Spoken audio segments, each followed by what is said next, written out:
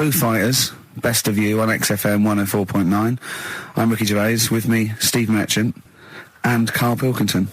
All right. Carl's had a bad week. I'm going to say it straight away. He tries to rule out stress in his life, but he's had a bit too much stress this week, haven't you?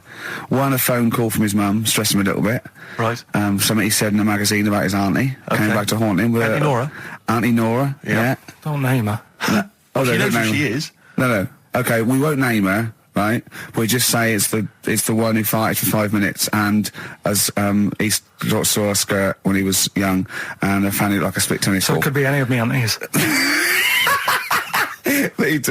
That coming up, and also a bloke in Times Online, Chris Campling, did a review of the show, right, and basically said that Karl Pilkington is a creation of Gervais and Merchant. Well, if only that were the case. He said he started off saying he liked the show. He was excited. Said it was a good show. A lot of the jokes. I'm already questioning his critical faculties. Yeah, exactly. And basically said that we didn't contribute much, or seemingly didn't seem to contribute much, and we couldn't sort of like ad lib or anything. We just laughed at, particularly me, laughed at Karl Pilkington, who was coming up with some, quite funny stuff. Right? But then he does a twist on it. He goes, but the thing is, we're the puppet masters. He's a created person. We've created the persona Karl Pilkington for our own amusement. Right. He bases this on simply that we talked about... What was it we talked about?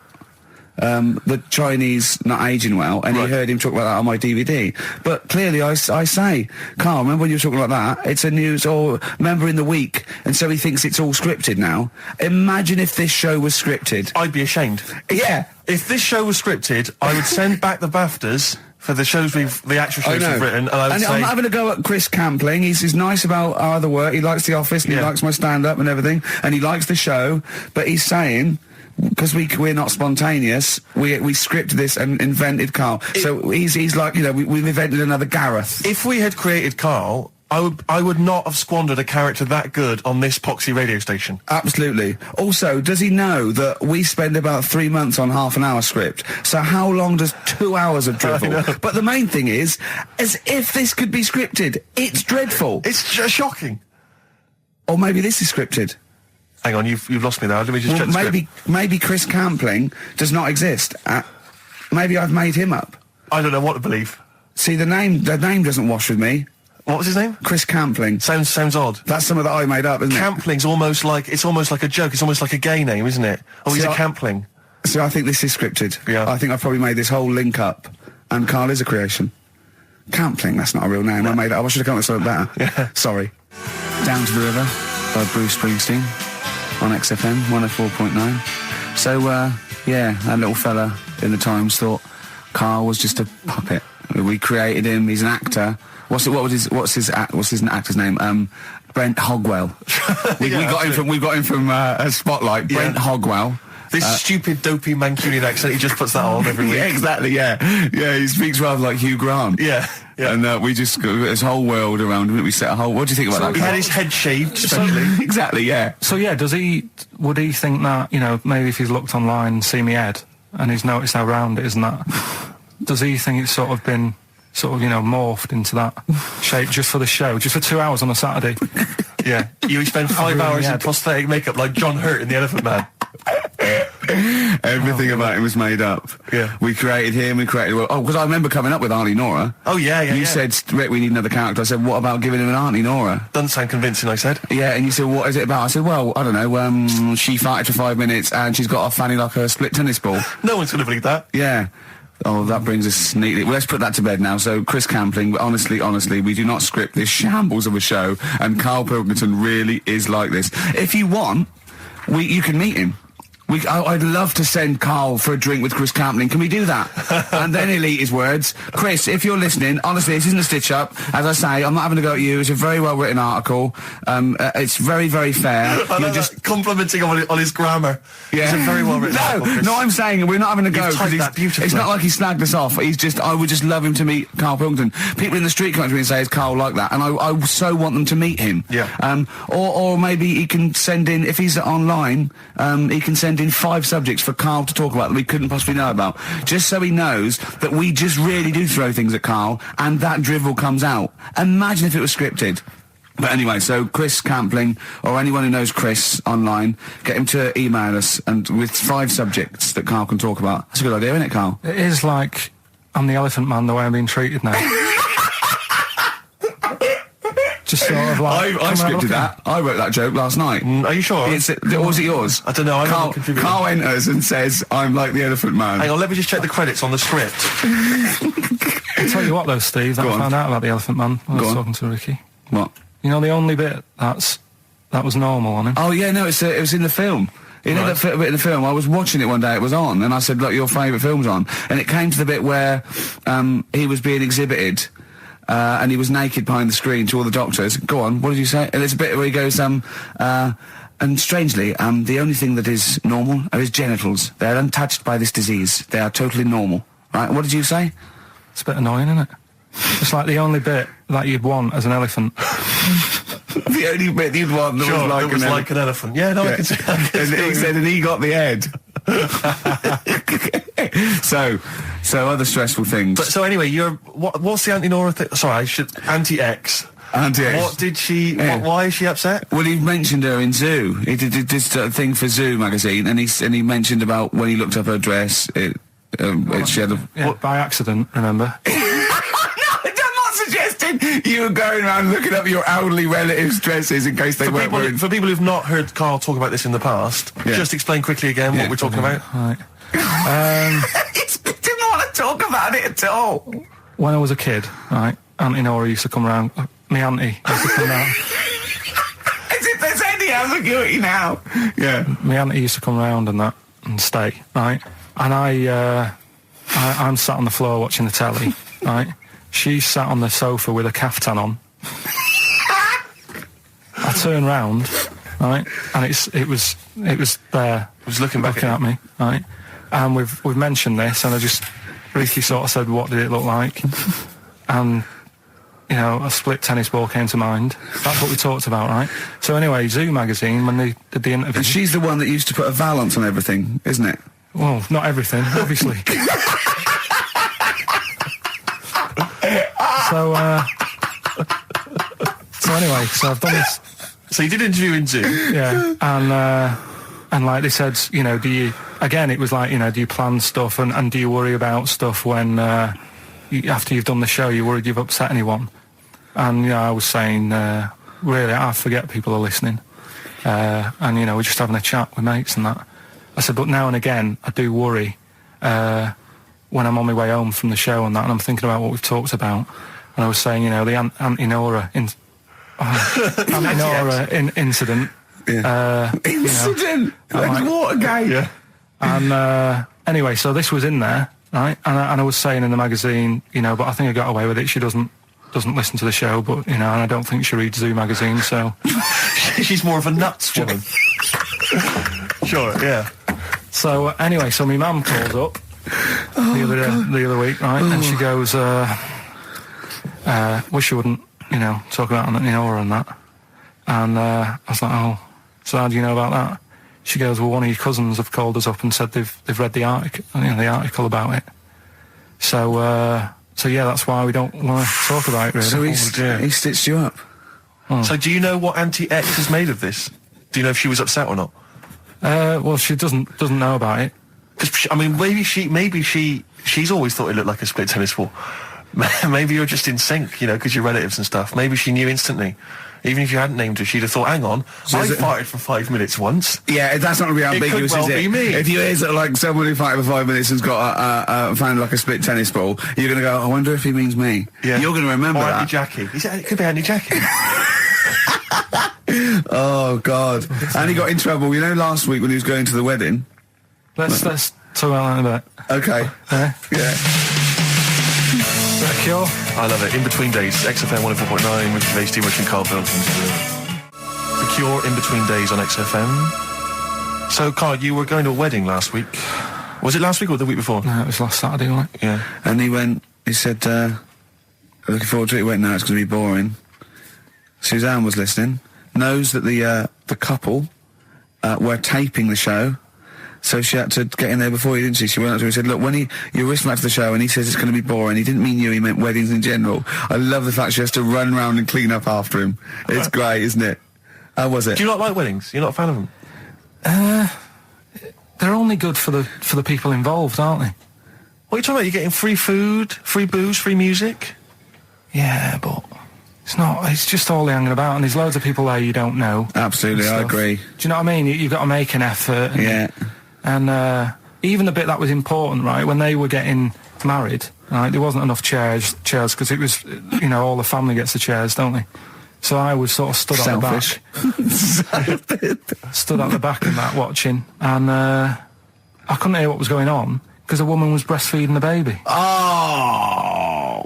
But what? How loud was this baby going away? You couldn't hear what was going on. So it was slurping and that, and she was like, I just thought, how hungry is it? Could it not have waited? Because you've all got to wait for the buffet or whatever That's later. the I know. But also just in this. Well, there was day and two, age- wasn't there? Why didn't you always... The only thing that annoys me with weddings is the gift. It's the gift thing. Because, like, you buy these gifts, right? You spend a little bit of money, maybe. You know, I like to be a little bit lavish if I go into a wedding. Oh. Well, no, come on. You get a gift, right? You package You're it having a up. laugh. And I don't know about you, Rick, but I like to see the response. When I give a gift to someone, I want to see the feedback from that. You know, this is very much... I want to see what it is that's Jane bought them on you know, and exactly. put my name to it, yeah. Because sometimes I have to, oh, thanks for the... I go, oh, no worries. No worries. No worries. Yeah. But, you know, certainly, I mean, we talked about it before, but certainly, you know, it's the amount of money spent and the amount of time given to the gift should be correlated by the amount of the response you get. Absolutely. If I give a book token, a shrug is fine. But if I give, you know, anything sizable, I want them to be showing it to friends. If it's a bar, I want them to show it to the barman, other You people, want to go, strangers. look what Steve Merchant got me. Yeah. He's the greatest man in the world. Yeah, exactly. Yeah. You go to a wedding, you turn up with a gift, you could have spent, you know, upwards of £15 on it. You turn up, you walk in, you say, excuse me, where's the bride and groom? I want to give them this gift. And some bloke, normally the brother-in-law, says, oh, no, or no, the no, no, no. brother-in-law's mate. Yeah, sorry, they're too busy to see you right now. Just stick the gift on this big table with all the other ones. Yeah. And they'll get back to you In a week. It may be 6 to 8 weeks after the honeymoon. They maybe write you a note. They won't thank you personally. They'll write you a note. It'd be a general thank you. It's and a general thank you. Your name in different type. Yeah, but it might have some vague reference to, you know, to what you did, but it won't really be personalised. Yeah. The set of mugs, again, will be in different type. Exactly. Thank you, Steve Merchant, for your wonderful gift. We love mugs. Yeah, yours. Yeah, exactly. and a photocopied signature. Exactly, yeah. It's not right, is it? Oh dear. And also, of course, as well, if there's a baby involved, you know, perhaps they had a kid out of wedlock, and that's why they're getting married. There's normally the little baby signature as well. Like, I hate that. Like the baby signed it. From Paul and Sharon and little Billy. Be Ben these days. Ben. I reckon. What do you think, Karl? How was the wedding, by the way? Did you buy a gift? Suzanne sorted something out. Yeah. What? I don't know. Oh, actually, no. We're going away, having a week away with them. That's your gift. Yeah. What We're you going buy- away. No, we're going away to Cornwall or something, and yeah, that's it. We've sort of paid for a place to stay and coming along and that. And their gift is to spend a week with you in a confined They'll space. love it. They'll have a great time and that. Will they? Yeah, it's fine. Can yeah. I get a pen? I'm making a note of how many times you say "and that" during today's show, and so far there's 3. I've noticed 3. I'm just I need to make a note because I think we can have a competition here. If you can predict how many times he's going to say "and that," the closest one wins some of the crap DVDs that we've got on offer. Which Hold on, tell me we've got lad of 49. Definitely. XFM. Landed Ben Folds on XFM 104.9. We've had an email, Rick, from Simon Whittaker. He says, he's throwing the question to Karl. Have you seen the video for that Ben Folds song where there's apparently a monkey working the sound desk and shifting the piano? Yeah, you want to check that out? Talking of monkeys working the sound desk, we've also had a lot of emails directed at you. Yeah, a lot of emails directed to you, Karl, asking if you saw this programme that was on in the week. I think I didn't see it. I think it was called the strangest village in Britain. Yeah. Did he watch it? He called me 6 times during it. Of course Called me 6 times. Now just explain briefly what this was because I didn't see it. Well, it was a sort of an experiment. I think I can work out from the sort of 70s. And it was sort of run by, from what I can make out, mainly sort of German Christians. Right. And what it was people with various disabilities or mental illnesses, Down syndrome, autism, bewildered, and they were living normally in the community. And there was 300 people in the village. Half had some sort of problem, mental problem or disability, and the other half were sort of carers. And I mean, it was very, very strange. And where is this village? It's somewhere in this. It's up near Whitby, innit? Yorkshire, Right. Okay. But he called me. He called me at various points. We were watching that. It started off. He went, "Geez, if that's the beginning, what have they got coming up?" Then there was two fellas, and the phone rang, and it went, "What is going on?" And it was two blokes who had created their own language. Okay. And they were going, "What would it lo?" And you go, "What would it lo?" And it was an interesting program. I love documentaries like that. But what made it twice as good was that I knew that Karl was getting confused. Yeah. There was one bloke that went round interviewing people, and he'd just have a string of questions, and he'd go, "Have you ever had curly hair? What's your favourite animal? Have you ever seen a badger?" All right. And Karl was getting stressed. It was stressing me out. Because he was trying to think of the answers quickly enough. Because he was sort of saying, do you like mosaics and that? And I was like, "Oh, do I?" And the next question was coming in. It was like Mallet's mallet. Do you know that sort of that word association thing? I was stressing me out. But he said he wanted to go there. He actually said, "Oh, could I go for a holiday there?" And I went, "Well, I doubt that. I don't know. Maybe you could go on a visit." That would be great, wouldn't it? For Karl to walk in there. But the thing about it would be like Karl would be the ruler. He'd be the king. It would be that in the kingdom of the blind, the one-eyed man is king. I mean, he would just dominate. I don't know. There were some of them were quite clever. Really? Yeah, I don't think he'd. I think he'd probably be average. Yeah. I don't think he'd. Okay, he'd just blend in. No, I don't think he'd shine. Yeah. Because a lot of them were quite good at some things, weren't they? He didn't like the angry bloke who punched him. There was this really sort of sweet Down syndrome woman called Nan, and she hadn't hung her coat up, and this angry bloke was going, "If you don't hang your coat up, I will." And he punched her, didn't he? Yeah. And poor Nan got it in the neck from everyone. There was another woman bullying her, wasn't he? Yeah. But you like the little the little Down syndrome fellow with the woolly hat who was helping that woman. If I went there, he's the one who had sort of hunt down and said, "Come on, let's go for a pint or something." Sure. But incidentally, do you like mosaics? We didn't establish that. He's still thinking about it. What was his name? That one that you liked, that you wanted to hang around with. What was his name? I can't remember. He was good. I liked him. He was nice, wasn't he? Yeah. He's the one that fell over, then proposed marriage to that woman, didn't he? Yeah. I remember. I was on a. I don't know if this is all right to talk about. I mean, it happened, so not worrying What's this about all right to talk about? Everything's all right to talk about. But I was on the train, right, coming from Manchester back to London, right? Yeah. And got on it. It was like a Friday night, and it was heaving, like the last train is and all that, and absolutely chocker. Right? Yeah. So I'm walking through the carriages, thinking, is he in his seats anyway? Anyway, everyone's like, it's heaving, right? It's people stood up in the doorways. You can't get in the toilet and all that. There's not going to be any chair knocking about. Walking through, and anyway, I see this one empty chair sort of in front of me, right? I think, why ain't anyone sat there, right? I'll just rush to that, get to that, I'll get myself a seat, plonk myself down, right? And sort of turn round, see who I'm facing, see who you're sort of having a chat with. Little fella there, right? Little, Down syndrome kid, Right. Sat there, and he goes, "All right." And I thought, right, not bad, but do you know what I mean? They're always talking, aren't they? They ask a lot of questions, right? So I was like, here we go, 2.5 hours, and I couldn't get up because the thing is, that's obvious, Sure. right? So that's like mean. I'd never want to be mean. Do you know what I mean? No. At the end of the day. So anyway, I think I'll go to sleep. Clever. Right, so I shut my eyes, and he leaves me alone and all that. So then my phone goes, and I think, right, what do I do? Do I ignore it, or do I open my eyes and see what it is? Anyway, I open my eyes. It's Ricky calling about something, about nothing probably. Actually thinking about it, wasn't even worth answering. Right. So anyway, but I'm awake now, aren't I? So he's like, "Hello," and I'm like, "All right, mate." And he says, "You're muscly." You're right. Oh God! And I said, yeah. And he goes, why? So I said, no, just am. It's, again, stressing me out, because I was thinking, why am I muscly? I don't go to the gym. And, I'm not muscly, I'm in good shape. And that. Well.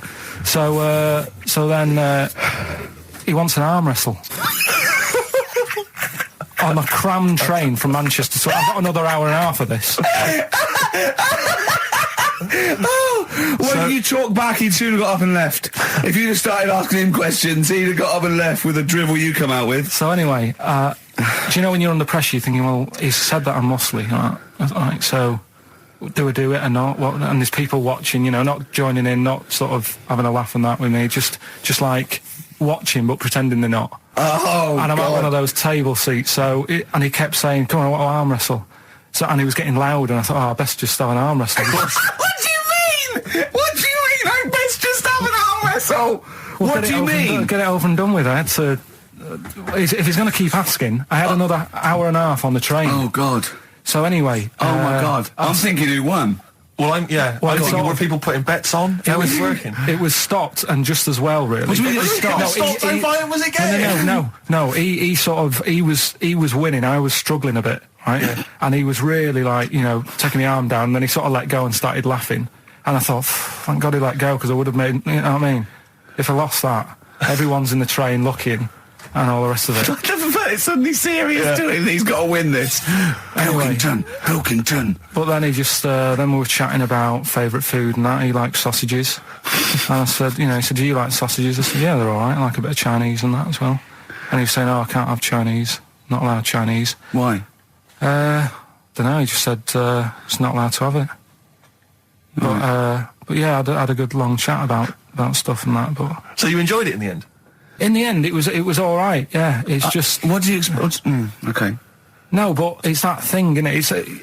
It's always whenever you're faced with something different, it's always awkward, isn't it? And that's the thing. You're talking about him now, are you? And I think I did all right, because everyone else was ignoring him, but I probably made his day pretty good. Yeah. We were a nice bloke. I like the idea that newlywed couple are probably thinking that's going to be a similar journey down to Cornwall. Rick, I know you like to occasionally share your musical tastes with the audience, and just talk about what you're raving about at the moment. But I can't get enough of this Bright Eyes album. I'm wide awake. It's morning. It's brilliant. Beautiful. It's beautiful. There's so many great tunes on there. It's one of those albums where it actually holds together as an album. You want to listen to it from the beginning to the end. It's dynamite stuff. I'd say go out and buy it. I recommend it to anyone. Talking of going out and buying stuff, Rick, remember? Well, you wouldn't know about that. Well, no. This is why I had to put out that appeal for free stuff, and we did mention that at the beginning of the first show. Because, we don't tend to get sent a lot of the usual kind of treats that a lot of radio stations and radio DJs get sent. Certainly we never get sent music, Rick. I mean, we're probably one of the only DJs on this station that's allowed to play their own records. We're totally unplaylisted. No one ever sends us any records. I know, it's unbelievable. But we do get sent now, I'm pleased to say, some other stuff. And people are now beginning to see that, yes, if you do send us stuff, we will shamelessly plug it. We've just been sent the book of British hit singles and albums. That's proper the new gift. edition. A great gift. That is not a CD from an unknown band who pressed it in their garage. Yeah, exactly. That is not a, will you review this book I've done about the history of punk? That is a lovely... I could easily give that as a gift at Christmas time, and someone would think that... Now you're thinking. Exactly. You're thinking you've saved 25 quid there, aren't you? Easily. Well done.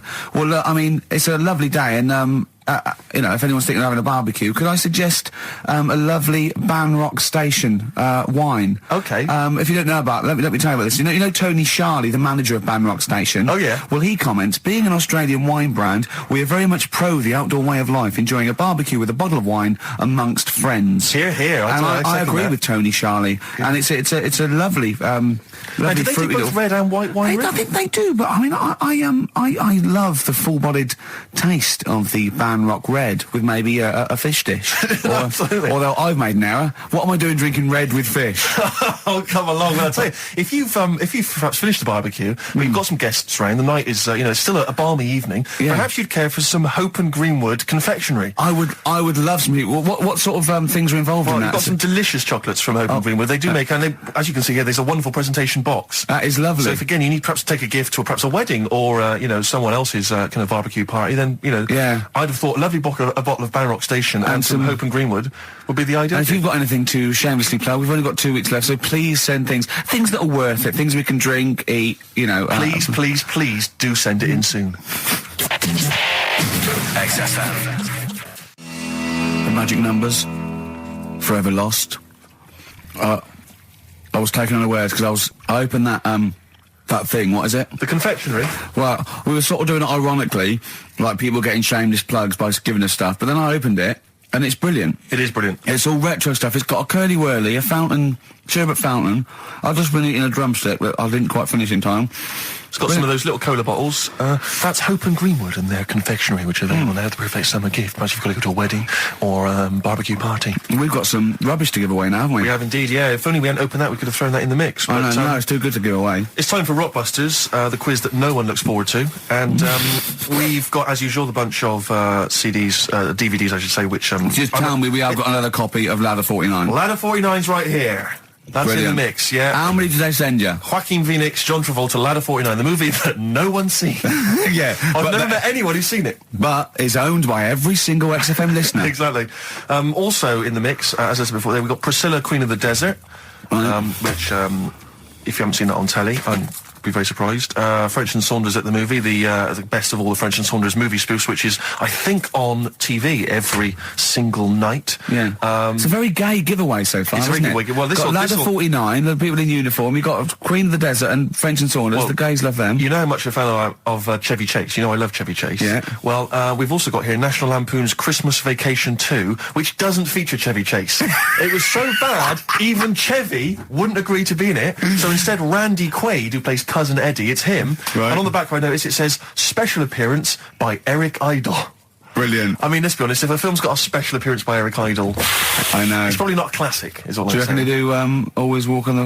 look on the bright Let's side hope of so. life? Anyway, that's just some of the DVDs which you can win. And obviously the real reason you should enter is because you go forward to this big prize draw, which is in our last show, where you can win some actual quality. Yeah, a signed Matt Groening drawing, and if you can see him drawing that on rickygervais.com, it is totally genuine. It's just there, him actually drawing it in front of your very eyes.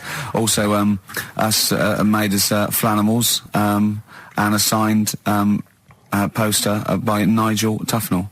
Christopher Guest. Sure. So proper good prizes. Yep. Just that this is, I think it should be the last one to get into it. Maybe next week, the 4 that we've got get down to 2 maybe. And then we get them on the line in the last, what do you think? Well, I'll be honest, I wish we'd thought it through. Rick.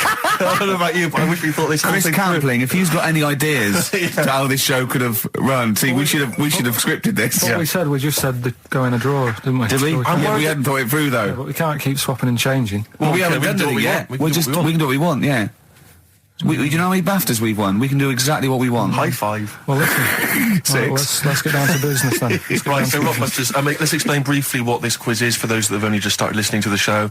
It's basically Blockbusters. Well, you say that, Rick, but it's not, is it? I mean, that Blockbusters made sense. Yeah, This well, is just this is the thing. incoherent drivel. Carl thinks this is a cryptic clue and going, right, a fella is walking along and oh, look, there's the fish. What does that mean? Trout swimmers. some, Well, of I them, mean, some of them are hard because they've dug some them all of them out. are hard because they don't make sense. No, but they've dug them all out because they're going to put them all on the website for people to play along with, and they came to me for the answers, and some of them are pretty tricky. I couldn't answer them. So, I love that. Anyway, the only man that can outwit himself. right then. So the first one then, here we go. Why don't you borrow some land off Mr. Boardman or Mr. Laurel or Mr. Fletcher? All right?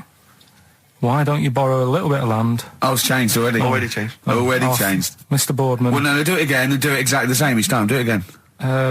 Why don't you borrow some land off Mr. Boardman or Mr. Laurel or Mr. Fletcher if you need a bit of it?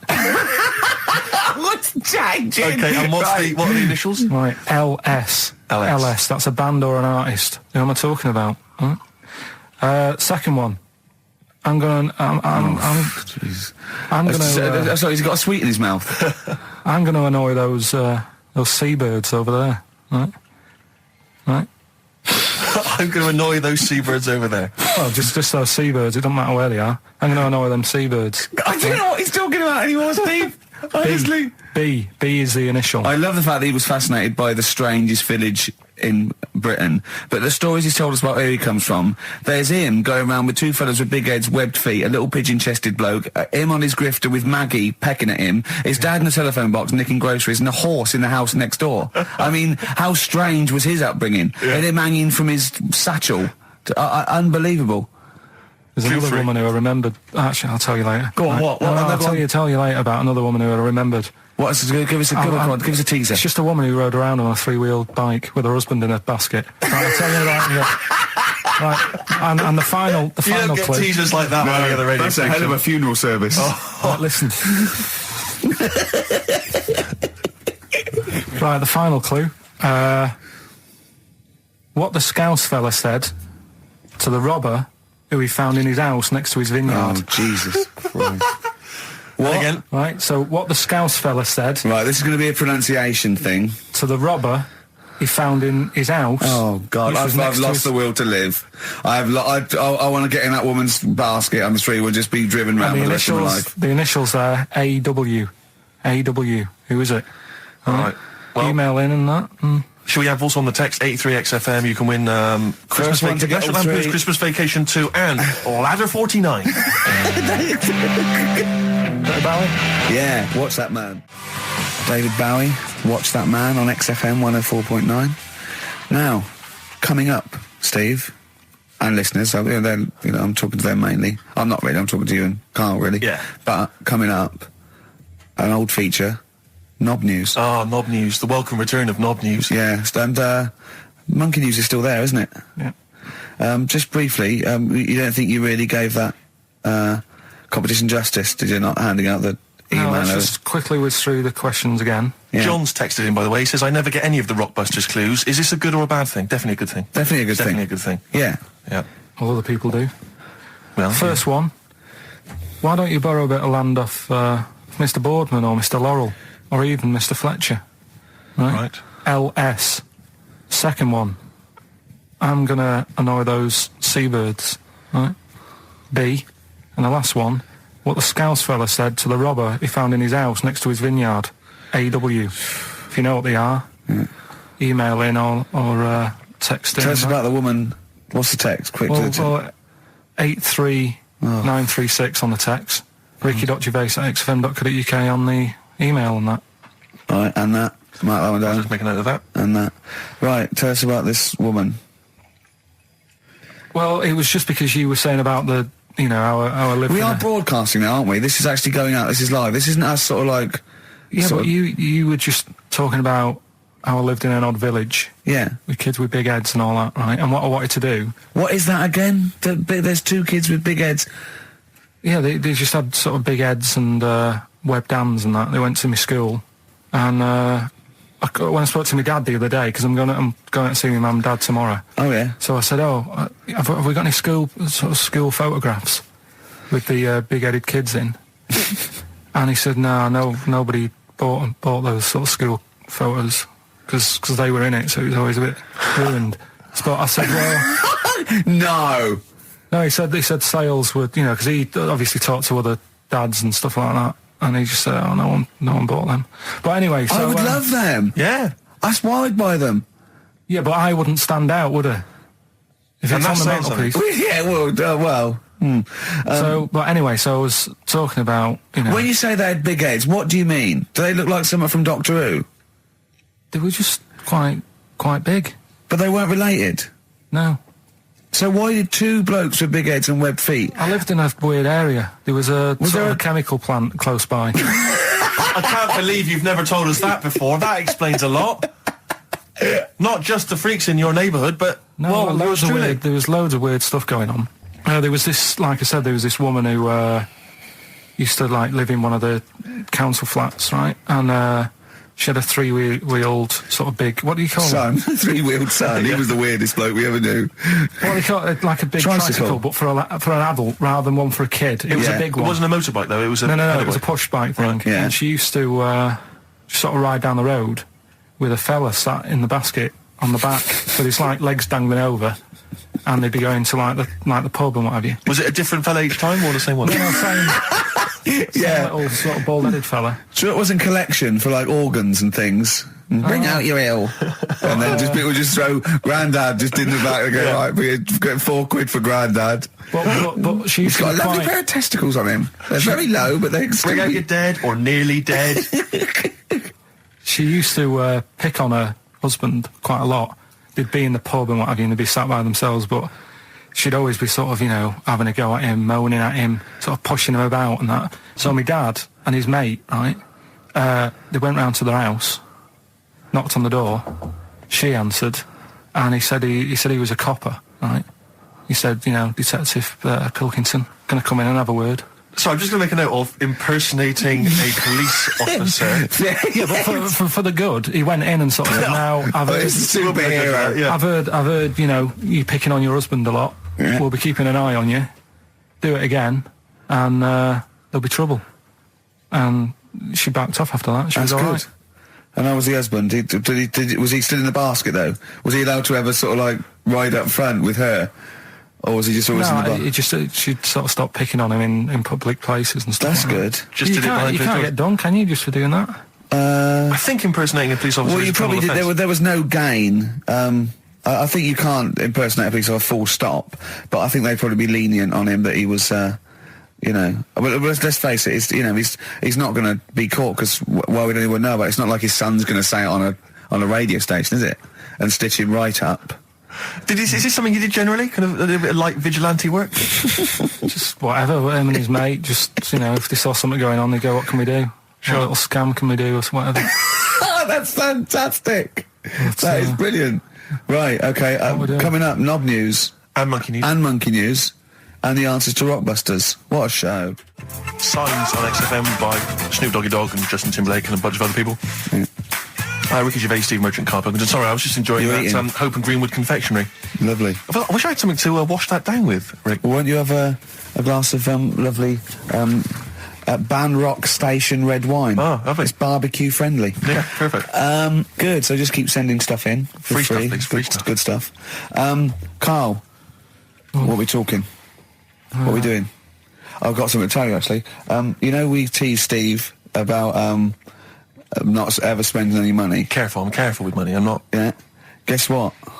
He's treating it like he's nurturing this, right? He keeps running off, right? In the edit, he's having a suit made, and he wants to be just right because I reckon he's forking out quite a lot.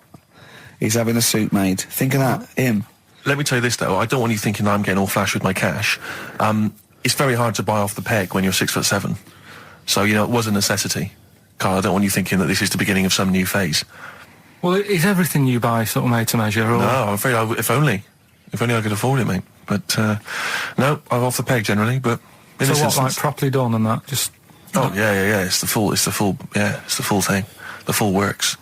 Got to keep going back for fittings. They got that little bit of chalk, you know, the pins. It's where I had and mine made. You know how good I look all the time. Did you have to have that thing done where they say what side do you wear your member? What side you dress? They don't say what side you wear your member. That would hardly be a euphemism, would it? So they say what side you dress, sir. It means what side your little poke, your little John Thomas leans, doesn't it, on rest, usually to the left, isn't it? Your little But do left you know, testicles. if I said to you now, what side do you wear? Hang on. Do you know? It would be left. It would be the left. That's what I mean. If standing there, right, with nothing restricting it or holding it in or holding it up, right, it sort of leans. Your one ball is sort of like slightly back and lower, isn't it? And your little John Thomas rests there, so it's left. And the reason they ask it is so they don't put the tape measure up on the left and squash your willy or touch your willy. So it's nothing to do with like, well, you'll need a bit more room of sort of more material on that side, or. Well, no, I don't think they compensate. It's just when they when they stick that up into your groin, they don't want to come in contact with your The little. thing is, I Mercy. don't know what side I wear stuff on. I just sort of pull my pants up and wherever it wants to go that day. But maybe it's not big enough to sort of make any, you know, real decision. But like now, I'm sat here right with my jeans on. I don't know where I am. Well, that's clear from hearing you talk. No, but what I mean is, if a fella said to me, "What side are you? What side's your member on?" I'd go- Member. What is this? What is this? The use of the word member suddenly? I'd go. Well, it's not. It's usually not appropriate. And also, I imagine in the old days they had big baggy pants that used to sort of like hang down. And now, you know, like with those stretchy boxers and briefs, it's sort of held up in a nice little, neat little parcel, isn't it? So it's probably not appropriate. It doesn't come in contact with your little snake. So, you know. Did you ever? What have you ever heard that? Are you telling me a tailor has asked you that and you went, "What do you mean, mate?" No, I've never. I've not really had one made to measure. I had one made when I was a kid. but since then I've sort of bought a suit off the hook. But when you were saying about buying a suit, I know that question sort of crops up and I don't know what the answer is. It just annoys me the way I don't know, there's no surprises anymore. Do you know what I mean? People know. What do you mean? He's going to go, right, I'm going to measure you now. Which side shall I measure? Go, well, pot luck, go on, have a look. Right, there you go. Oh, you got it. You checked me out. What do you mean there's no surprises anymore? What are you talking about? Everything you say is a surprise. Everything you say. Every opinion you have is a surprise to me. What I mean is, why aren't people just happy just to go, well, depends, doesn't it? I'll just pull the pants up wherever it wants to go. I'm happy. What do you mean? Why is this such a big issue?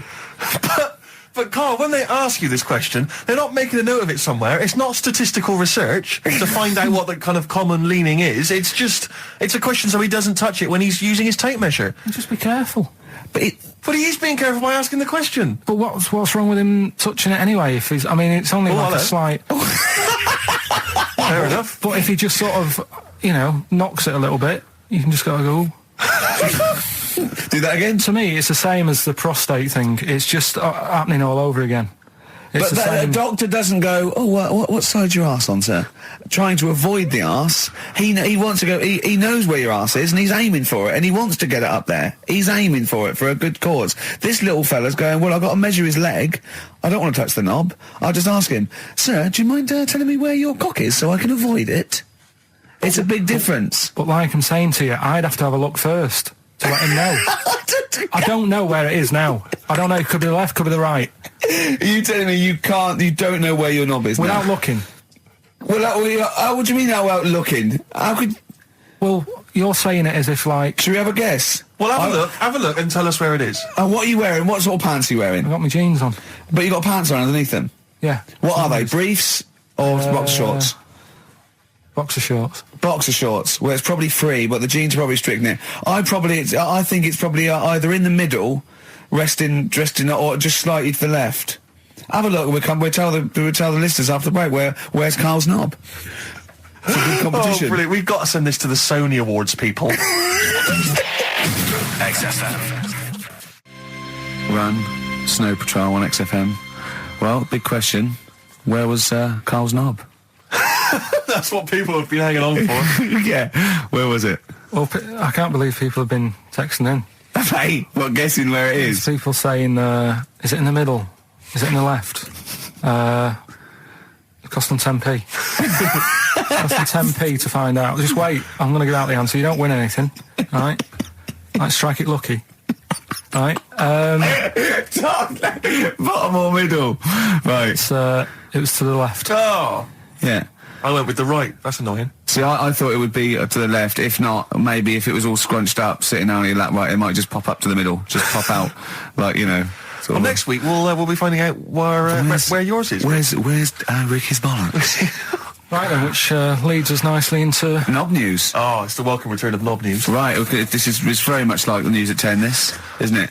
I do a bong, or in this case a schlong, and he gives me the headlines, the knob news of the day. The big, where have you collected all this knob news? Was there a lot of knob news this week? It was mental this week. The amount of stuff. The way it works, you give us the bong, I'll give you the headline, okay. Steve decides which stories we're going to talk about. And now on XFM, knob news. Schlong. Man grows knob on his arm. Schlong. Man gets doctors to make him a second knob. Schlong. Turkish prisoners made hole in cell wall to produce third inmate. Schlong. Doctors accidentally remove man's testicles. So, can I straight away go for the accidental removal of the testicles? Well, it's happened before, right? We've talked about that before. What did he go in for a tonsillitis? What are they called? Tonsillectomy. And he went in the wrong way. What are you talking about? How can they accidentally remove his testicles? It says, he didn't look at his folder, and the doctor said to the fella, "Oh, we've removed your testicles and we wanted to take out your prostate gland." So that's what happened. There's the story. This is what I mean. That's why I don't like going to the doctors. It happens, doesn't it? Because all these sort of... it's when they say things like, oh, it's just, we do loads of these operations. That's when they're not concentrating. Brilliant. Do you know what I mean? When they say it's procedure, that's like having a boring job that you do every day when you're not going to be concentrating. I prefer them to go, this is a tricky one, this. I know what you mean. I sort of do know what you mean. People, you watch TV programmes about, like, you know, removing someone's second head or whatever, and there's like the best surgeons from all over the world. It's televised. They can't make a mistake. They can't go, we took his legs off by mistake. Whereas the fella who's having a prostate, it's like, oh, do you want to do it? I'm sick of doing that. Yeah. And they're probably doing a crossword whilst they're at it. Of course they are. I've seen that actually in operating theatres. They're doing a crossword. That's what I mean. Yeah. I was just examining some of the other knob news, Rick, a little bit more closely. Man gets doctors to make him a second penis. I'm sure we're all interested in what happened there. Yeah.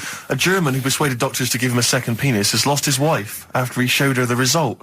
Biker Michael Gruber lost his original penis in a motorbike accident, and doctors built him a second one using a mixture of skin, bone and other tissues. Bone? Apparently, the penis worked so well that he was even able to father a child with his wife Bianca. But Gruber was still not happy and asked doctors to repeat the operation and build him a better organ, to which they agreed. From his hospital bed, he said, I've got 2 penises, but no wife. I'm hoping when I get rid of one of the penises, I'll get her back. What do you mean? Sorry, he had 2 put on. What side does he wear? So he's had both. So he's had 3 then. Yeah. This is probably the thing that happened with Hitler when he had 1 ball, but he had 3 at one point, didn't he? So he just got one in the Albert Hall, gave his mum one, and got the other one. Man grows penis on his arm. I mean, why people are constantly losing their penises around the world? I've no idea. But why? I didn't realise it was a bit. What do you mean why on the arm? It's just a graft, isn't it? Yeah, but put it on like your buttock or your side. Not, you can't wear a short sleeve shirt. Why do they've done that before? I don't understand it. Why not just graph it onto the side of your leg or something where it's high up, close to where it should be? I don't know. To get it used to the environment.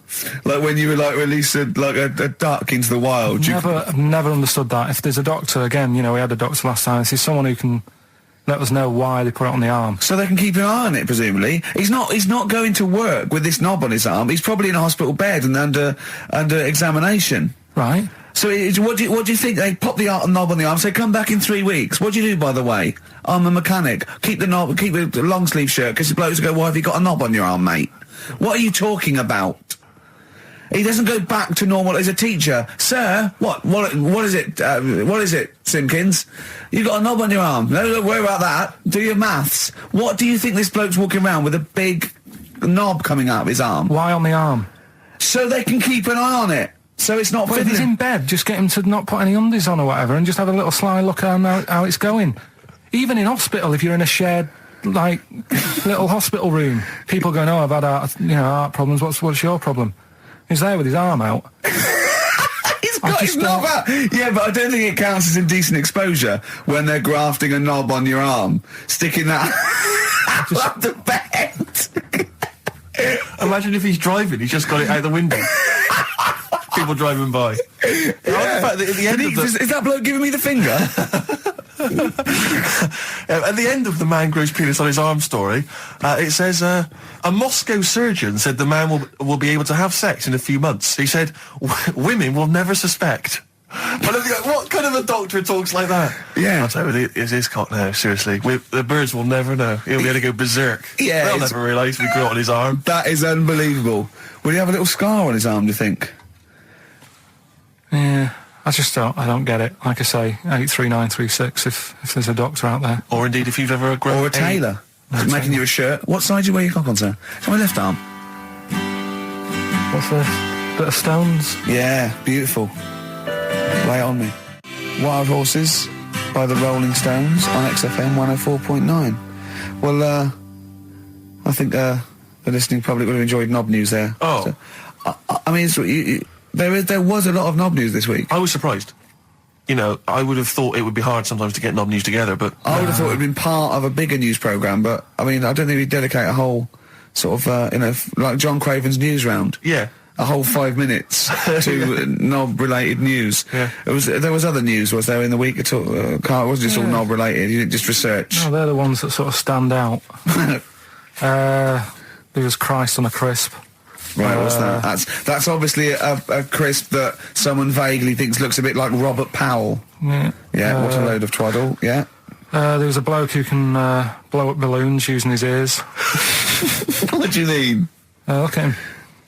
Just, well, it's all connected, isn't it? That's, you're just redirecting it, aren't you? Pointless, though, isn't it? It is pointless. No, I'm sort of downplaying it like it's no big deal, but it is pretty impressive. It's not. When was the last time you blew up a balloon? Oh, I don't know. That's what I mean. It's not needed. It's not impressive. That's what I mean. That's why. But you could say that about any form of sort of like bizarre entertainment. I don't think you have to hang yourself from hooks, but a lot of people go and see Jim Rose Circus. I mean, I wouldn't. I don't see the... But would you go and see that? What, a man blowing up balloons did? No. If it was a mate of mine, I'd go, do that thing you can do. To a group of new friends, I go, all right, then I'd get on with it. To me, it's below an average card trick doing something like that. Apparently, though, he does make balloon animals with his penis, so... Which is pretty good, isn't blown it? him up with his ears. So. It's always a snake. Everything leads So back. it's a little snake. I go, yeah, well done. Back to Put it the away. news. Right, now listen then. What about another feature we'd like doing? What? Song with a story. Okay, he's been working on this, hasn't he? Yes, hasn't he? He's like a producer, isn't he? Yeah. But with a completely round head. Just saying that, you were saying I don't like music, but I'm saying I do if I can hear what they're singing about, and there's a reason to sort of listen to it. Have you turned into 50s dad? What is this? No, but it's like, it's nice to have a song where you go, I can't turn it off because I need to know how it ends. You know what I mean? It's like a mini... Right. It's like a mini film. a He little can't mini film. sit through a film unless it's got a grotesque in it. He can watch The Elephant Man because he's getting a glimpse of this. He's waiting to see the bloke's face. That's all he's waiting for, right? And so 3 minutes is about as much as you can maintain his... Well, last week we did Babushka. yeah. That woman dressing up, sort of tricking her husband, and it sort of backfires and that. Don't know how it ended properly. I don't know if they split up or whatever. But this week... There's no follow-up. Kate Bush isn't now penning the sequel. Right, go on then. So what's this week? Pinball Wizard. Right, okay, what's the story there?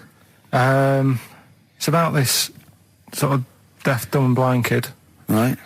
who's good at pinball. That's it. So I don't believe he would be good at pinball. But even if he is, it's a lot to give up, isn't it? Just for that. Well, he didn't give it up. No, but it's not like, well, you can't even say to him, oh, a lot of bad news and that, but you're good at pinball. It's just a bit rubbish. I mean, does he even know he's playing pinball? Is what I'm saying. Do you know what I mean? And it's not hard, it's just moving the thing, no, just hitting the buttons hard. Yeah. It's not like, if he was good at Pac-Man or something, you go, oh, yeah. But It wouldn't scan, would it? Well, I mean, what were they thinking of? What were the Who thinking of when they wrote this? well, let's have a listen to it. But, you see, now being He's a deaf, Pac-Man wizard. it kind of works. Yeah. He's deaf, dumb and blind, though.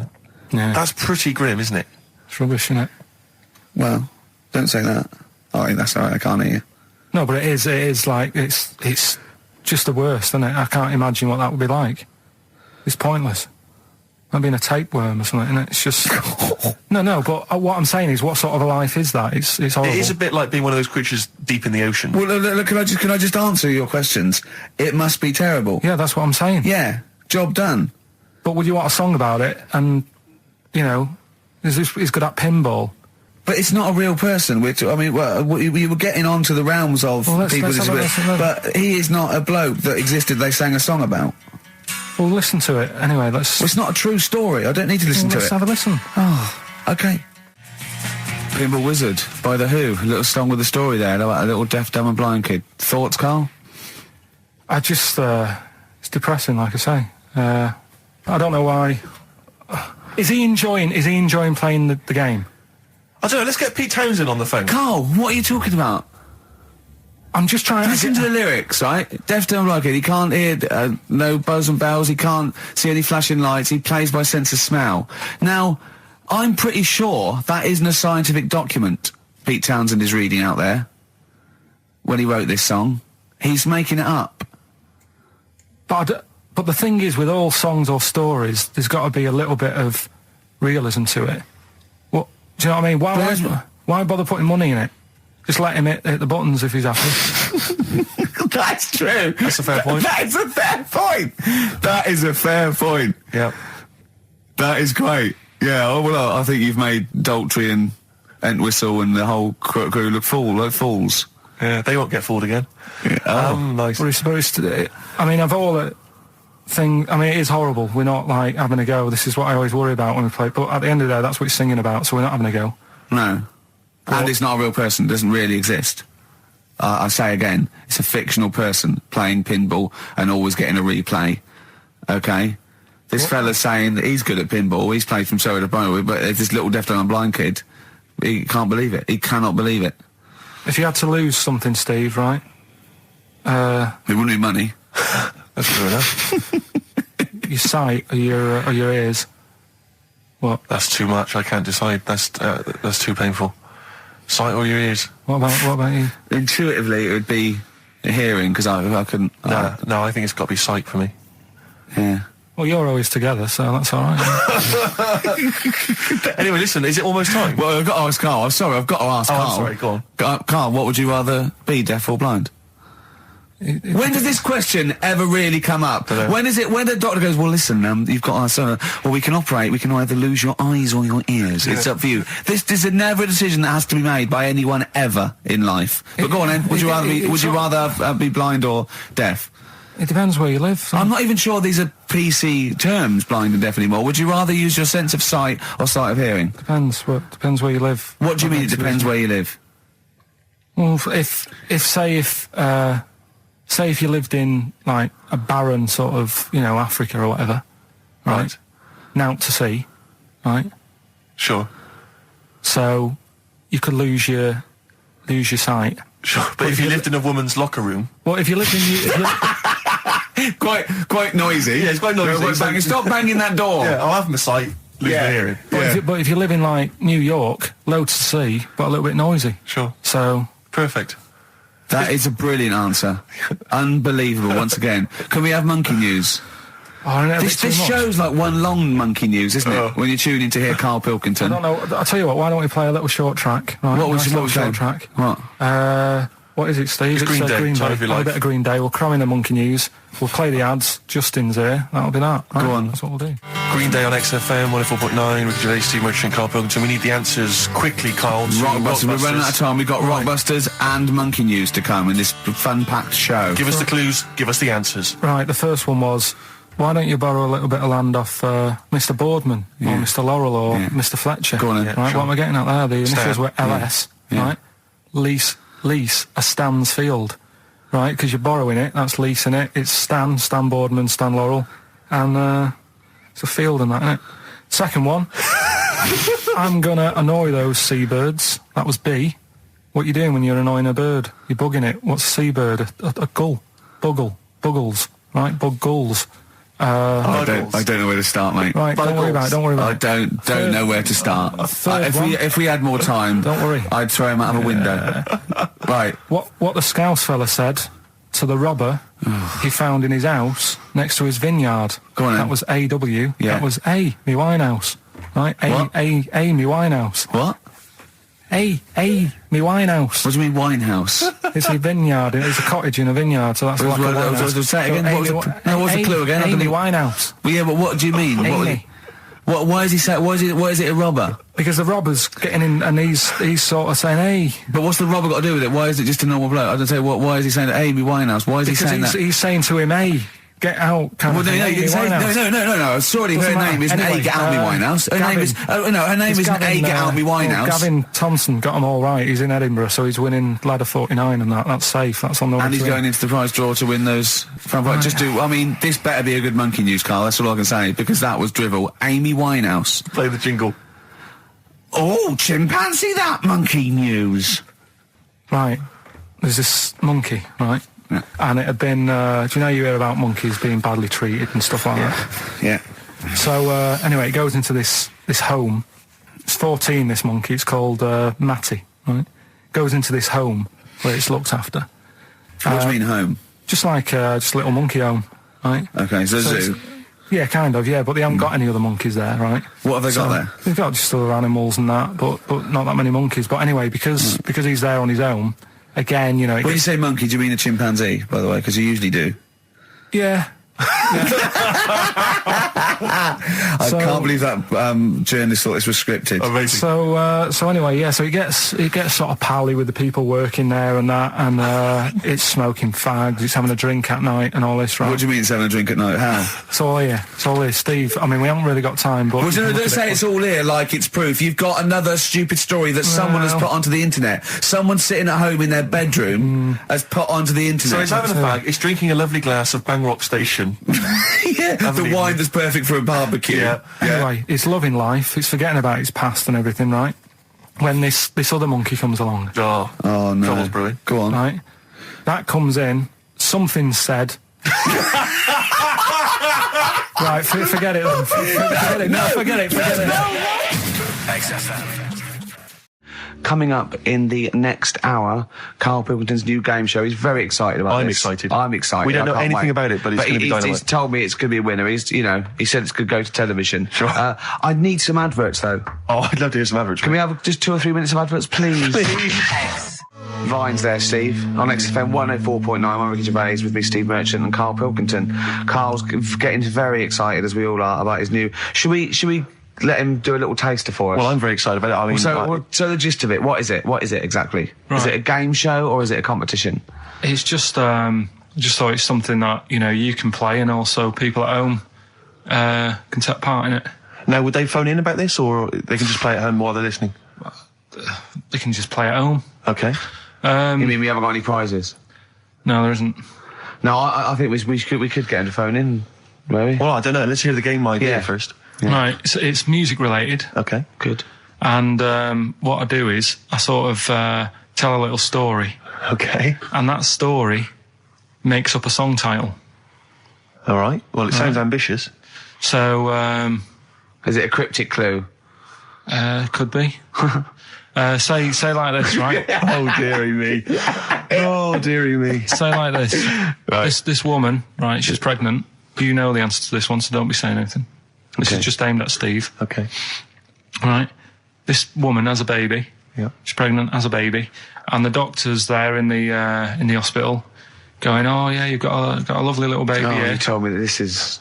Oh, this game Got a lovely show. little baby. It's just coming out now. You'll be able to see it in a minute, and it's like covered in gunk and stuff. Yeah. And he's going, yeah, it's nearly here. It's coming out. I see its little head and that, and he gets hold of it, and it's full of all this gunk, right? The baby's full of gunk. Yeah, like the Covered in gunk or full of gunk? covered in it. Right. And he goes, here you go, get hold of your baby, and he drops it. Right. What song's that? There's so much irrelevance there, Steve. I can't tell you. It's not a cryptic clue. It's not a cryptic clue. Because only... I mean, the gist of it is relevant. That isn't the best one. That's just... Right. I mean, there is just... There's things there that you were dwelling on and thinking of puns. Don't. Just go for gut instinct. What was it? What was that? Right, How I was- just need to try and get the basics of this. There's a woman, she's pregnant, she has a baby. Yeah. The baby's covered in gunk. Yeah. Right. And because of the gunk, the doctor drops the baby. Yeah. And that's all I need to know. Yeah, that is all you need to know. Yeah. The pregnancy is largely irrelevant. Okay, what are the key elements? It's the birth and the doctor dropping it that are the irrelevant. The The relevant birth thing. and the dropping of the baby.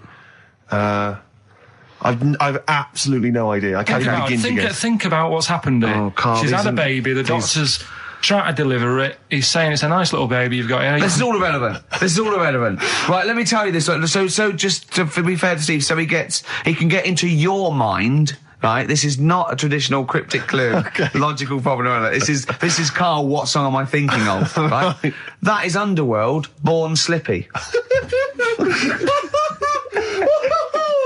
I have to say, actually, that makes textbook sense. Yeah. No, that does actually. No, Do you I'm like all sorry. do you like all the story about? It's all right. You can see it in a minute. Oh, it's just covered in gunk.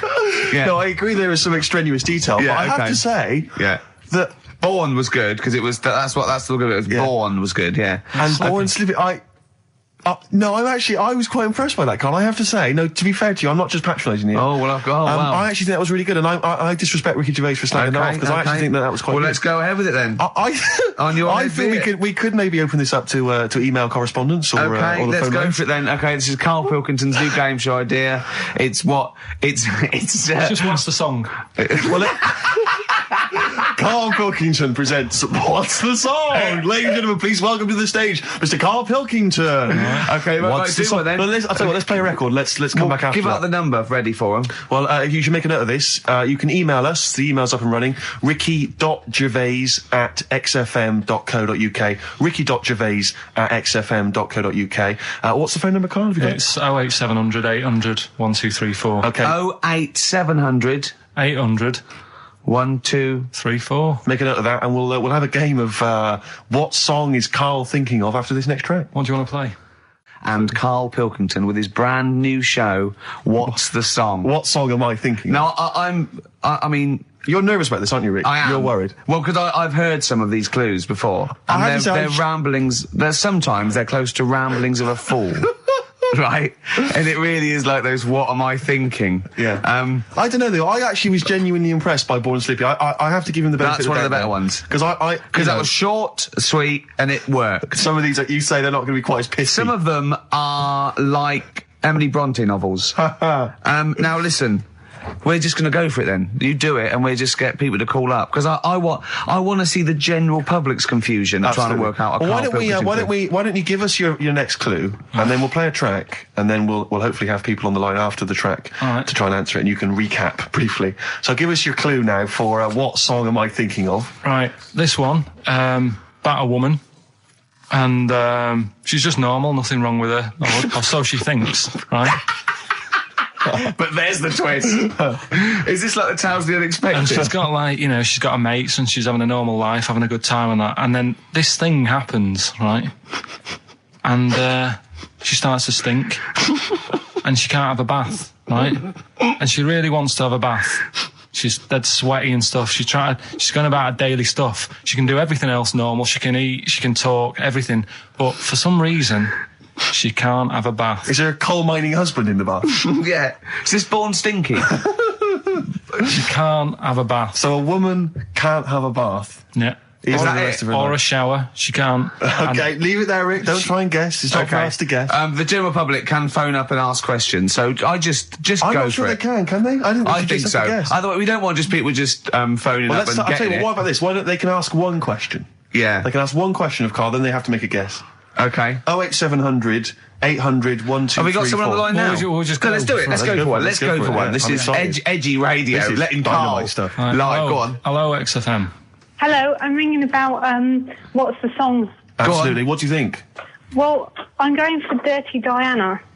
Dirty Diana. See, that works. That's a great guess. It does. Yeah, but it doesn't work because why can't she have a bath? Okay, so the answer is in there. I was going to ask you. Well, that's your one question. That'd be the answer. That would be the answer, I'm afraid. What was your name? Shelley. Shelley, thanks very much. Shelley, I should tell you that, that you should never take this personally because no one can really get into the mind of Karl. So don't beat yourself up about this. I don't expect anyone to get these clues. No. So well done. That is a fine guess. Thank you. Thank you. Okay. Anyone else there? That's hello, XFM. Who's that on the line? It's Chris. Hello, Chris. A question for Karl? Before you give us I haven't thought of a really good question or anything yet. You just want to go for the guess? Well, no, what I thought was, I'm sure Simon Mayo used to do this when he did the breakfast show on Radio 1 years ago. No, he didn't. So you've just pinched this idea, Karl? If you're going to rip someone off, Karl, do not rip off Simon Mayo. I haven't ripped this off. I thought this was a new idea. I was going to do it with sound effects instead, but that's... He used to do that, and he used to get his team to play other characters. You idiot. Well, no, hang on.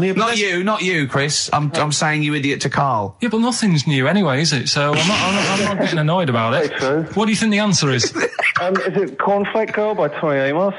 Good answer. She couldn't have a bath because she'd go all Go floppy and then go down the plug hole. Good answer. She'd go all soggy. Yeah. So is it Cornflake Girl?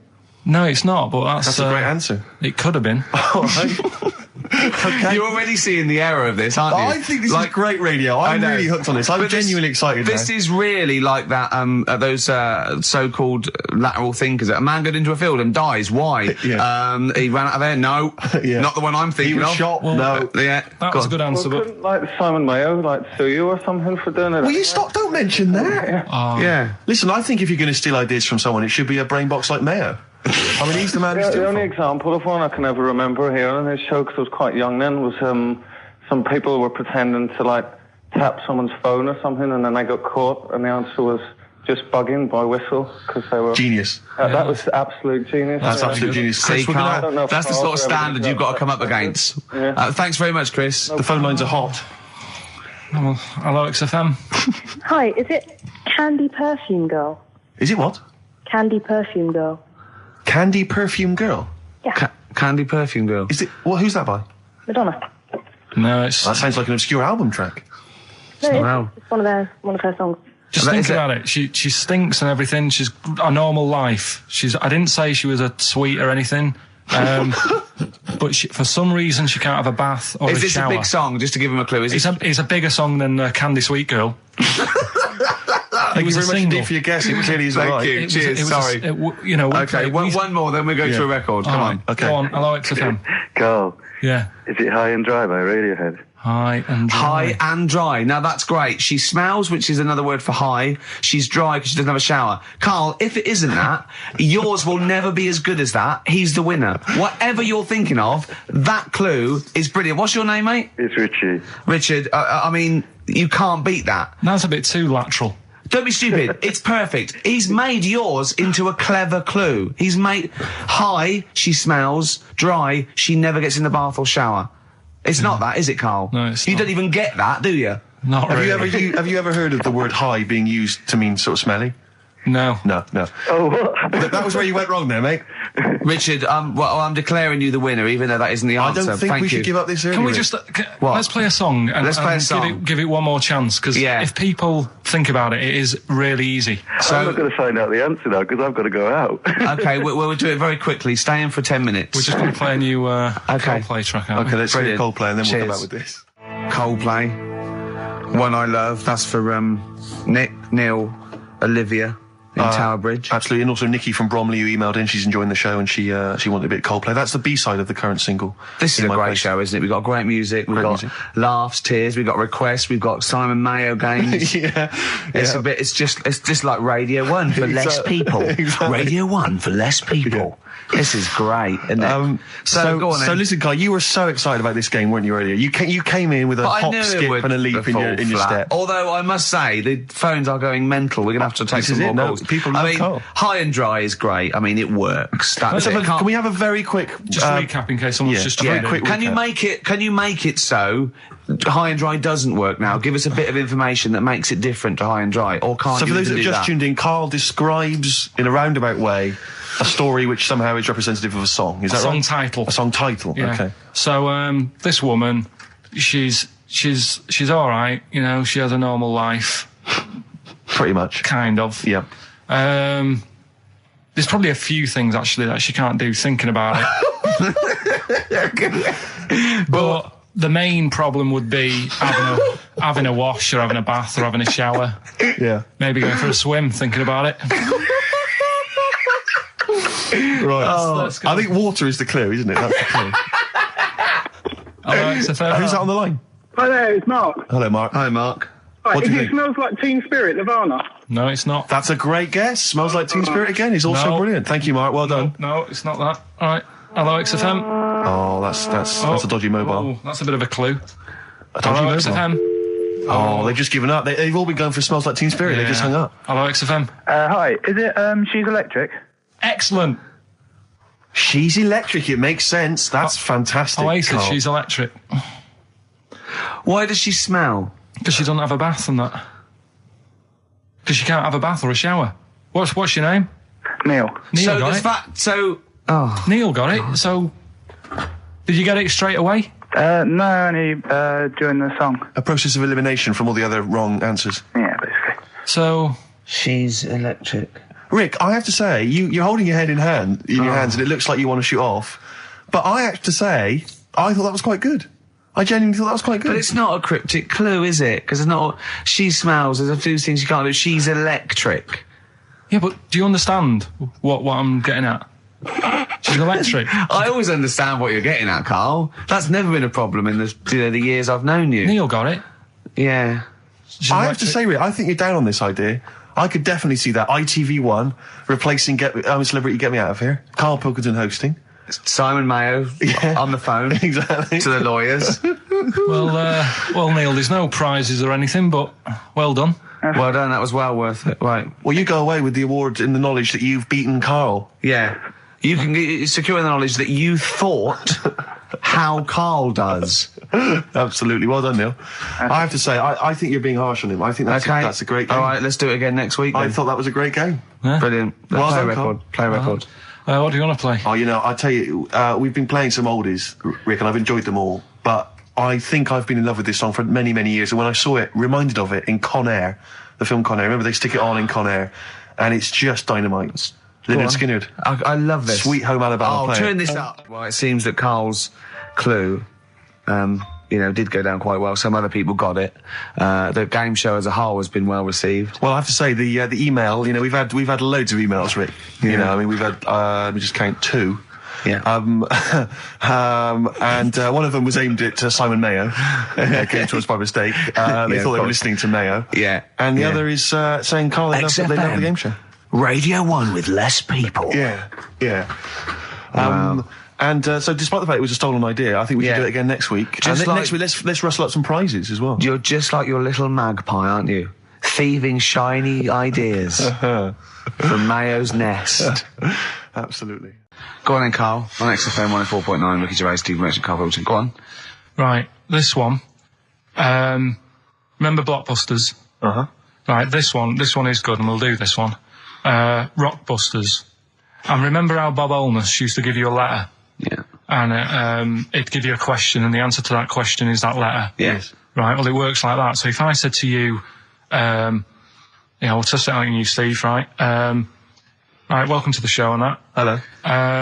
Let's play, right? And I say, right, your first one is W. And the cryptic clue, because it's done like crosswords. Okay. So not quite like Blockbusters. Well, this young man prepared for his death. And it's a W, so the answer. And it's not always going to be like our sort of music, it can be any sort of music that's out there.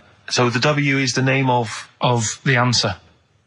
I understand that, but is the answer always the band name, or is it? Yeah. It's always the band name, is it, or the artist? Yeah. And so would the W be the surname, or would you have both the initials if it was someone's name? Would Elvis Presley be EP? Don't get annoyed, Carl. These are questions that I knew would be asked. I know because you tested it on me. So you've got to tell them. We This need is to the know point. the rules. If it was Elvis, I'd probably do E. No. Give him the answer. Give him the Right, answer. did you hear the clue? No, give me the clue again then. So the letter is It W. is a cryptic clue, and the It's clue's W. fine. Listen, but, and the go on. clue is, this young man prepared for his death. This young man prepared for his death. Yeah. This young man prepared for his death. And it's a W. And it's his first name. That's what he needs Well, to see, know. that's the, Yeah, but I don't... Well, shouldn't we have the initials? Wouldn't that make it easier? I mean, Yeah, but it didn't do that on Blockbusters. It just had one letter. they did if it was if... The gold run they often had us for 3 or 4. Did they? Letters, yeah. Well, it was normally just one word. It wouldn't have been a name or something. All right, then. W... W-Y. W-Y. Will Young. Excellent. I Right, didn't so understand it. What was this the young Will man... prepared for this young man. So he's sort of mixed sort of cryptic. Yeah. But I mean, you know, that's a good effort. That's better than usual. No, it's that is better than It's not usual. bad, is it? So do you want to play? Let's play Rockbusters. Yeah, Rockbusters. How many of these have you got? No, because No, let's just clarify a couple of rules here, Carl. Let's just make sure we thought everything through, because I'm pretty certain when they get these things on TV, they at least have a go at them in the office first before they put them straight on there. I'm sure that's how it works. I'm sure Bob Holness just didn't turn up the first day, and he goes, "Don't worry, we'll wing it. It'll be fine. Bring the students in. Let's have a go." I'm sure they did a bit of preparation. So let's just check. We've got every base covered. Yeah. Firstly, how many questions have they got? I'll to tell get you right? what. Let's do this off air then. Should we play a great tune? Well, yeah. Well, people need to call in, don't they? Because we're doing it, aren't we? Yeah. It'll be all right. And there's good stuff. I've got CDs, right? Got some compilation stuff and a couple of videos and that. So that's what they're playing for. Call up now, 08700 800 1234. Get them on the air, play the game. Brilliant. Yeah? Yeah. Is that what we're doing? Bit of the Cure. He hasn't thought it through. I know, we've just Right, spent three and a half minutes trying to figure out the rules. Yeah, of the game. right, we've got it now. I'm sorry if people are calling. The lines are going mental. Right, so hold on, everybody. What we're going to do is we're going to do an ad break. We're just going to figure out how to play the game. No, we're going to during get the two ads. people on there and we're going to play it. So, XFM and that. Brilliant, Pulp. Good news and bad news. Bad news is we have got enough callers to play Carl's game. The good news is we don't have to pay any more adverts in this show. So, if it doesn't work, sod it. Right, who have you got on the line, Carl? Sam. Now, let's just remind ourselves, what's the game? It's Rockbusters. Okay, now calm down, Carl. I know you're a bit stressed. You've got a lot to do, but don't worry, you've just had a holiday. Throw this desk out. Let's throw it out and start again. Rick, don't get stressed. Go on then. People wouldn't think it was us if this show wasn't, half-baked and ill-formed and generally shoddy. That's what they've grown to love. Okay. All right. Sam? Hello? Is it sounding alright today? It is, just about. Right. Cheers. Sounded worse. Right. Yeah. And so we've got Sam on the line. Who else have we got there? So we've got Tim as well, haven't we? Hello. Alright, Tim. Tim and Sam. Right, You sound quite similar, lads. Could one of you affect an accent or something? Which one's Tim? Yeah, it's me. Okay, which one's Sam? It's Sam. That's slightly deeper, yeah. Sam. Yeah. And they're not against the clock anyway, are they? So it doesn't really matter. I suppose not. So I think Steve just wanted a bit of variety. you Okay. you understand the rule, lads? Could you explain them to us? Right, play it. Okay. Well, hang on, Wait. Well, let me explain, because, life is too short. Now, Carl's going to read out, say 3 clues, yeah? And, just shout your own name and answer it, or shout the answer. Shout your own name, then the answer if you know it, and it's the person who gets the most right. Okay. Is that alright? Yeah. So, Here we go then. Okay then. So Shouldn't it be the first to 3? Well, yeah, but then he hasn't got... Yeah, I've got enough, it's fine. You've got enough clues for that. Right then, here we go. Welcome to the show. Oh, God. Right, first initials, ST, right? Is that right? ST. Well, I don't know. We don't know, do we? How do we know? Here we go, ST, and the cryptic clue is better than the average homeless person. Okay? Sorry, I think... Is that a band? Yeah. Is it an old band? Yeah. I think that's one word. Alright then, S. It's an old 70s band. Better than the average homeless person. Tim? Go on. Supertramp. Supertramp it is. Yeah. Well done, 1 point to you. I have no idea Tim. why that's right, by the way. You don't understand why it's right? He's a super tramp. Oh, right. Better than the average homeless person. cryptic, yeah. Yeah, cryptic. Yeah. Okay, second one. Come on, Sam, you've got That's actually quite good for Carl. Trust me, Tim. Take that as a good clue. Because, yeah, okay. We won't do this again. Right, 1-0 Right, to here we Tim. go. Right. F. The letter is F. That's the next one we're moving on to. And the cryptic clue is, the little girl is hungry. What shall we do? The S or F? I've got it. F. Freddy. Sam. Peter. Yes, 1-1. Feed her. He's pulled out of Feed her. Yeah. Feed her. Okay. Yeah. So that's 1 each. So this is the decider, isn't it? Wait a minute, Well, ITV are on the phone. Well, you said first to 3, so no, it's not, is it? That's what I said. Just do the 3 clues and who gets the most. Okay, well, we can do that now. So, here we go. I love this. This is rubbish. Go on. So, here's the last one. The initials are AK, right? And the cryptic clue is exploding pet. Shout out your name if you know it. Last orders at the bar, please. Last orders at the bar. Exploding pet. AK. You're tuned to XFM 104.9, Karl Pilkington's quiz, Rockbusters. The format is still available. The highest bidder, please give us a call, or you can email ricky.gervais at xfm.co.uk. Is it a band or a singer? I'll give you a bit more of a clue. It's a pop band. Okay? We wouldn't... Sam. Tommy Kissam. Yes. Hey. Oh, this is amazing radio. Oh. So who was that won? That was Sam who won. So it's 2-1 to Sam. So he wins. What does he win, Carl? He wins some CDs and some videos. No, he's got obviously now, Sam, if you're ready, take the spot. You're going to do the gold run. Away you go, Carl. I haven't got any more. You're a fool. Right, stay on the line. We're giving both some presents. Play a record for... Rick, I'm going to shoot off. I can't.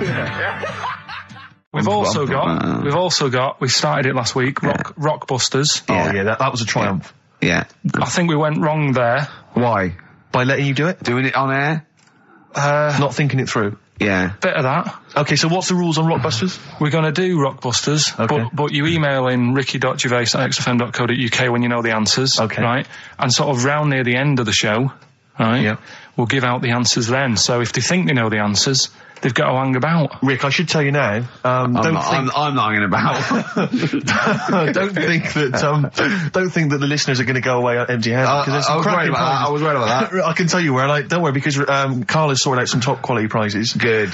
First up, this is stuff that people can win, and be excited about this. First up, it's a DVD of The Office. I don't know how he got hold of it. I don't know how he got hold of it. Because they are like gold dust. Yeah. There's, this is the second gift. Now, bear in mind, this is, I don't know where he's rummaged that from. This is an XFM compilation album. He's managed to sort that out somehow. Excellent. I don't know how he sorted that out. There's another compilation album, which has got some sort of indie-type hits of these. But this is have you got a film to give away? Well, I'm glad you asked. What film, though? Because I know you're a big fan of DVDs. It's one of the big hot releases that everyone's keen to get their hands on. Not arbitrary, is it? It's not the only one. This film title won't be an arbitrary film, will it? It'll be a big... Rick, I don't want you thinking that the film that Karl has sorted out is that he's sourced for us. It's just an arbitrary thing that you wouldn't get. You could buy for $3.99 in HMV. Yeah. Right, they're giving these away. One of those big baskets. Exactly. I don't know who is phoning up to try and win this, but you can be if this is your favourite film, it's yours. Exactly. Okay. But this is the big star prize. This is the one you're all playing for. It's Children of the Corn. Stephen King's Children of the Corn. It's a widescreen presentation on DVD. Imagine getting that and going, excellent. We can watch this now. But Rick, I mean, let me just run through some of the cast. Peter Horton. Pete Horton's in it, and that's about it. I'll tell you what, I don't want to give it away if Hort is in it. Exactly. I'd love to see his performance again. In it. Also, Linda Hamilton. I know you're all Linda Hamilton. She plays a piece of corn. Exactly. And I don't know. Well, I've not seen Children of the Corn. I could be wrong, but it says. Karl, when you were around the office, why did you start throwing like a mouse mat and a pair of scissors and a pencil? Because that is just arbitrary. That's an arbitrary selection. That's next week's stuff. But also, I should say, we also have some. This is a little bit more exciting. We've also got some tickets for DJ Shadow, who's performing at the Brixton Academy this evening. He's good at DJing. So he's very good at DJing and scratching and plays all the records that you want. Exactly. Plays all the records that you want. Don't bring your own. He's got them all. He's got them all. I've seen him arrive. He's got 2 big bags of them. Yeah. So there's 3 pairs of DJ Shadow tickets. We'll give those away later as well. Don't just start phoning arbitrarily now. No. We'll give those away in our own time. Is there any lemonade? Sorry? I need some lemonade. Okay, well, while we sort out some lemonade, let's play a tune. Come on, Carl, what's wrong? So listen, I think we should all, because we got your competition to squeeze and we got all these great goodies. Let's not forget, hello, Children of the Corn. I do feel slightly guilty but now this is Karl Pilkington show. I don't think we should have our names involved. No. It's not fair, is it? And I think we should give Karl the money. I don't want my name to this. It's the Ricky Gervais Show. Yeah. Right, the quiz. Yeah. Will we get out of the way because they've only got an hour to start? Don't you worry about that, Karl. I've already got this one. I'm thinking on your terms now. Let's play a tune. We'll come back with the big competition information. All right, Money Mark. We got a classic from Money Mark from his album Push the Button. Play that, Karl, and afterwards. Are you excited? You got the competition? Look at his face. He's so excited now. He's thought this through. He's loving it. Rockbusters. Yeah. Agreed? Yeah. Should we do that? Yeah. Brilliant. Go on. You're rejuvenated, are you? Yeah, let's go for it now. Second hour. Yeah. Hangover finished with? Yeah. It's all done? Done. Good. Done. Had some water. Excellent. That'll often sort it out. Yeah. Well done. Yeah. Right, it is quiz time. Hooray! This is the moment we've all been looking forward to. Go on. Do you want to tease them with the prizes? No. Not really, because they might not bother phoning in. Or it's not a phone, or is it? It's an email. All right. Okay, well, a quick reminder then. We've got to the office. I don't want people to think that we'll just keep plugging the office DVD. We've got nothing else to give away. No one gives anything away. No, that's just hanging around in Karl's little room. Did you get a guy from HMV did you get a guy just nick these from HMV and carry the beard and the ponytail? Was that the Yeah. story? So we got the Office DVD, obviously. We got the remix, XFM's remix album, Volume 2. That's sort of remixes of various tunes. Quite a good little compilation album here. One of those kind of the best Coldplay, Travis, Oasis, blah, blah, blah, blah, blah albums in the world Excellent. ever. And, Just take some of them, because there's nothing in the library. Exactly, have a look on there. See 4 what you fancy. Alanis Morissette, 9 Catatonia. I just counted, isn't that? But the big one, the big star prize that you're all playing for is, of course, the DVD widescreen version of Children of the Corn, Stephen King's horror film, lest we forget it's got Peter Horton as the star. so look forward to that. We're going to give Shadow away separately, are we? We're going to do that separately? Yeah. We'll give away the DJ Shadow tickets at a separate... Right, so we're playing for those DVDs and CDs, and what And it's we're an gonna email competition, don't bother phoning email, the phone lines are lighting up a bit, so put the phone down, get the computer started up, and it's ricky.gervais@xfm.co.uk if you know the answers to these, right? And the way it works, we did it last week, but if you didn't hear it, I'll give you some initials and like a bit of a cryptic clue. So, and you work out who the band is or the artist, right? It's always a band or an artist. It's not any TV programs and that. So, say like last week we had S, didn't we? And it was Better Than the Average Homeless Person, and that was Supertramp. Right, so it's not always XFM music, it can be anything. And there's 3 of them. They've got to get all 3 of them? We've got to get all 3 and email in. How long this intro so far has taken. Yeah, but here we go then, right? First initials, LR. LR. Okay. Right? Yeah. And the cryptic clue is, you should have thought it through. You should have thought it out before you came in. Yeah, cryptic clue. You've got it? Yeah. I'll take that book to the toilet with me. I'll take that book to the toilet with me. Yeah. LR. I'll take that book to the toilet with me. And don't shout out if you know the answer, because... No. No idea, Carl. No idea. Right, okay, so there's 1. Right, the second one, FL. This one's actually been emailed in as a suggestion. Okay. That person who's done that, don't email in, because you're disqualified from the comp. So I'd love him to be a teacher. So it'd be great, wouldn't it? Just to see him one day. Can't we do that? Can't we get you a placement somewhere for you to teach history to sort of like 14-year-olds? I think science, Rick. Science would be good. Yeah. Right. I'll tell you what. You got a lot of just quickly for me, Carl. Explain. Say. What can we get into explain that everyone learns as a kid? Science. Photosynthesis. Right. So FL, right? FL are the letters, and the cryptic clue: blow the candles out before you eat the cake. Blow the candles out before you eat the cake. Yeah. Blow the candles out before you eat the cake. The letters there, FL. All right. We've got LR, we've got FL. Yeah. And finally, the third one, NS. Hold on, how many have they got to get? 3. Don't worry, there's no more after this, Rick. Right? NS. How can I wash up in something shaped like that? Right? That's one of mine. So very quickly recap, just in case we missed any. LR is the first one. LR. I'll take that book to the toilet with me. Cryptic clue. We had FL. Blow the candles out before you eat the cake. And the final one, NS. How can I wash up in something shaped like that? If you think you know the bands, you just email in ricky.gervais@xfm.co.uk. You win the DVDs, the CDs, and that's it. He's great, isn't he? I could sit here and watch him all day do this. Wow. So ricky.gervais@xfm.co.uk. And we'll give the answers out just before, we finish, because then we'll keep them hooked. All right. Race for the prize from the Flaming Lips. Competition answer time, is it, Carl?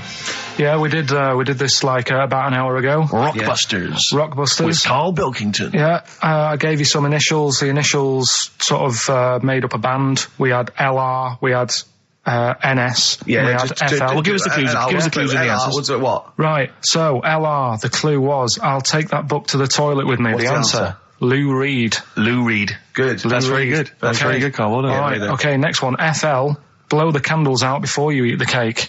Yeah, we just played them. Flaming Lips. There we are. Okay, and the final one was NS. How can I wash up in something shaped like this? Yeah. That was NSYNC. Yeah. NSYNC. NSYNC. It'd be a bit... NSYNC. If you had a sink, you wash up in a sink. Yeah. Shaped like an N. You'd be like, oh, have I got everything out? Has anyone got that? Wow. Right, Well, so- no, there are right answers, I have to say, Carl. You've done very well. It was an enormous response. I'm just going to click on one of these emails randomly. I'm not even going to look. Who we got here? We've got Kath Turner is the winner. Kath Turner gets those great DVDs and I think CDs, Kath will be including watching Children of the Corn tonight. Children of the Corn. She was going out, but I imagine she's going to phone a few friends and say, I can't come out, I'm ill. Exactly. They go, you're not watching Children of the Corn. I go, no. And we've learned as well that there are about 5 other sequels to Children of the Corn, so maybe we'll give those away consecutively. We've got, after the success of last week, Rockbusters. Okay. We're doing that again. Sorry, were you on the same show as us? I thought it went alright last week. Yeah, okay. Good. Right, so we'll be doing that. Got some nice prizes, which... what prize? What arbitrary films have you got? Have you got? Don't tell them yet. Don't tell them. I'll tell you what, if it's Children of the Corn 2, then can I enter this competition? There you go. What is that? He's got some different prizes. Maybe I should just tease the audience with those a bit later, Rick, because there's some exciting stuff there. It's going to be amazing. Yeah. Right, so I don't want to give too much away, Rick, but one of them is a copy of The Office on DVD. Is anything like maybe Burt Reynolds' straight-to-video film? Are there any of those in Sadly, there? nothing quite as classy. Fist. Yeah. Right, so we've got that lot to give away. Yeah. No, it's a great feature. I just think you need to be a little bit more careful about what you consider to be education. Funny. I fell over. All right, well, We'll work on it next week. Play a tune, and what have you got for us? Because we've got a big competition. We've Come got on. to do the competition. We've only got 25 Yeah, well, come on, Don't worry quick, about then. it, Carl. Do Play a something, tune. play We'll a come back with tune. Rockbusters. What are we do you wanna playing? play? Let's play a bit of Tupac. Oh, that's what I'm coming out to, isn't it? Yeah, Fight. exactly. Yeah. Imagine it. Whack it up, whack it up. Tupac, California Love. Yeah. And that's the big tune that Ricky will be coming out to when he has his celebrity boxing match. We're all looking forward to that, Rick. Yeah. Competition time, Carl? Oh, Carl's looking forward to this. He's just getting all stressed about his half hour. Pete. Oh, go on. No, it's just, we should have done this a lot earlier. Why? It keeps them hooked in. Right, if you haven't heard the game before, I'll give you some initials, bit of a cryptic clue, and those initials and the cryptic clue makes up some band. Might not be an XFM band, but it's a band or a pop group or an artist or something. Yeah. It's on What's email. the feature called, though? What's the feature It's called? called Rockbusters. Rockbusters, yeah? Absolutely. Do you want to, will we do this on email? I think we ought to, because you don't like taking calls from the public, do you? Well, he can't work the machine. No, that's absolutely right. It's not that, it's just that it's pretty fair for everyone. Because Anyone who's got a computer, you mean? So it's open to anyone who's got, a computer or a laptop at their disposal at this precise moment. Anyway, there's some cracking prizes, Rick, you'll be pleased to know that, obviously, once again, Carl has managed to collect together an arbitrary assortment of Just looking giveaway around stuff. the office. I mean, where did you get these from? Seriously, where did you get them from? Because it's such an arbitrary collection. What have we got there? I don't know what kind of a person would want these items. Right. It's such an arbitrary selection, I don't know what kind of person you'd be. Read them out, what have we got? Well, there's another XFM compilation, which you've nicked from somewhere in the office. Yeah, it's Fair a enough. good compilation remix to There's album. an album here, which is a promo album with 2 pigs on the front. I think it's the Smashing Pumpkins Frankie Live. Saunders. I can't be certain. This is the album. Didn't we give this one away last week? This is just an arbitrary compilation album. Again, one of those kind of... Is that the actual one you didn't send, Carl? No. We've got a couple I've of got a these, job lot of them. Surprise, surprise, The Office on DVD, which is ludicrous. I've seen it from here. What film? Listen, dear XFM listener, it's 2:30. It's just a bit windy out. You're probably going to stay in this evening. Maybe do a bit of shopping. You got, and then stay in this evening. Or what film would you really want? No, I mean seriously. Think if you could see one film, right? What would you want to see? DVD. One of the big releases. Yeah, it's great. We'll put them out of their misery. See, they'll be watching this tonight if they're a lucky winner. It's the movie Stigmata. Stigmata with Patricia Arquette and Gabriel Byrne. So look forward to that. That's great. That's the big one. That is brilliant. You're playing look at Carl's face. He's actually offended because he's the only one that puts any work into this show, and he's got competitions. He's got Educating Ricky, Rockbuster. He's got the song with a story. He's got a song with a story to come that he's gone through them. It's unbelievable. Yeah. So you're playing for that collection of arbitrary goodies plus the big prize this week, Stigmata, featuring Gabriel Byrne. Oh dear. About a woman who I think starts bleeding from the hands. It's a horror film, I think. You have to be 18 or over I've to seen take part. It's not terrible. Sure. It's all right. But is it better than Children of the Corn, which was the big giveaway last week? I haven't seen Children of the Corn. Go on then. Right, so next week, Teen Wolf 2. Go on. Here's the... And Tony Banks's own solo album, Bank Statement. Tony Banks, remember, is the musician from the Much Loved Genesis, but we got that album to give away. All right, then. So, right. To win those exclusive prizes. Go on. Yeah, you've got to email in ricky.gervais@xfm.co.uk. I saw a sellotape dispenser out in the office there's as a well, pair if of you want. gloves that I don't know who's out, but they're out there and they've been there for a week. So Let's send a them pair as of well. gloves, a sellotape dispenser, and Tony Banks's solo album, Bank Statement. Yep. Okay, go on. Right, first one. Initials JT. Initials JT. What's the cryptic clue? Cryptic clue. At the moment, I'm in a river full of logs. Hold on. Yeah? JT, and what's the clue again? At the moment, I'm in a river full of logs. Full of logs? Yeah. Okay. So, who could it be? JT. At the moment, I'm in a river full of logs. Yeah, go on, Right, next one. second one, there's three of them you gotta get. Letter is W. Yeah. The clue, that lad's got bad asthma. That lad has got I've got that one already. I've got that one already. W. Yeah. And okay. finally, the last one is the letter C. Yeah.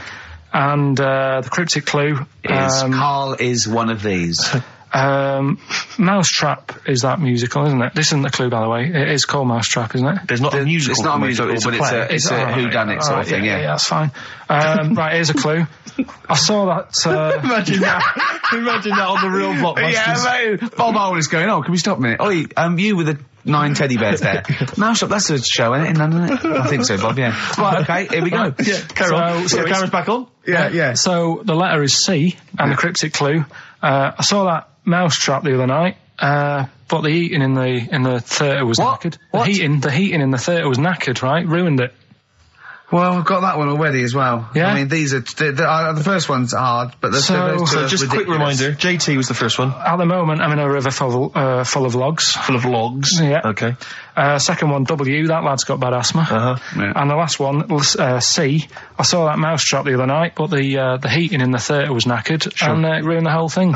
Okay. And ricky.gervais@xfm.co.uk is the email address. You can win. I'm confused. Various treats, including I'm in a Stigmata. I'm in a with Gabriel river Byrne. full of logs. Yeah. I'm in a river full of logs. Well, we'll do it in about 20 minutes. Yeah, you've 20 got to minutes stay think tuned about for the it. answers. It's not the quickest, so don't go rushing and sort of messing it up. Think about it, and it's random email anyway, so there's no rush, alright? And if you want to email, you're welcome to say, please do not send me the prizes even if I win. Welcome to put that on there if you don't want that junk in your house. Right. The reason we usually sort of play a record out of an outbreak, don't we? Yeah. Carl is so concerned with his little competition, he hasn't got a record ready. Sure. Got one. Okay. Sorted, are you? Yeah. Do you want to do a quick recap? I can't bother even to say it.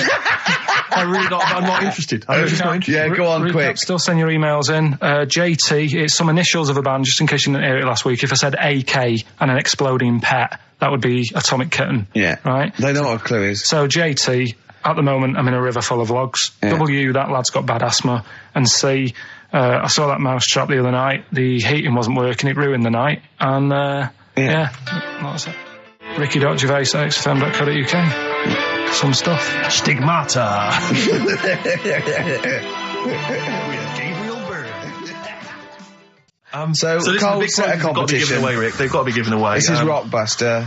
We've got obviously the big prize Stigmata this week. Yeah. I'm not going to give the prize to Ira. I think it's Ira or Ira, but she or he emailed in the right answers and then said if you could enclose the receipt for Stigmata, that would be much appreciated. But I'm amazed by the number of responses we've had. And someone wants a copy of Tony Banks's solo album, which I was mucking around, so we better buy that in the week to give it away, because I think that'd be an amazing prize to give away. If you just give the clues do again. the clues and then just give the answer. Come on. What the answers are. Right, well, the one that everyone was struggling with was the first one. Yeah. So I'll save that. So we'll go to the second one. W, Yeah, that lad's got bad asthma. yeah, we know that.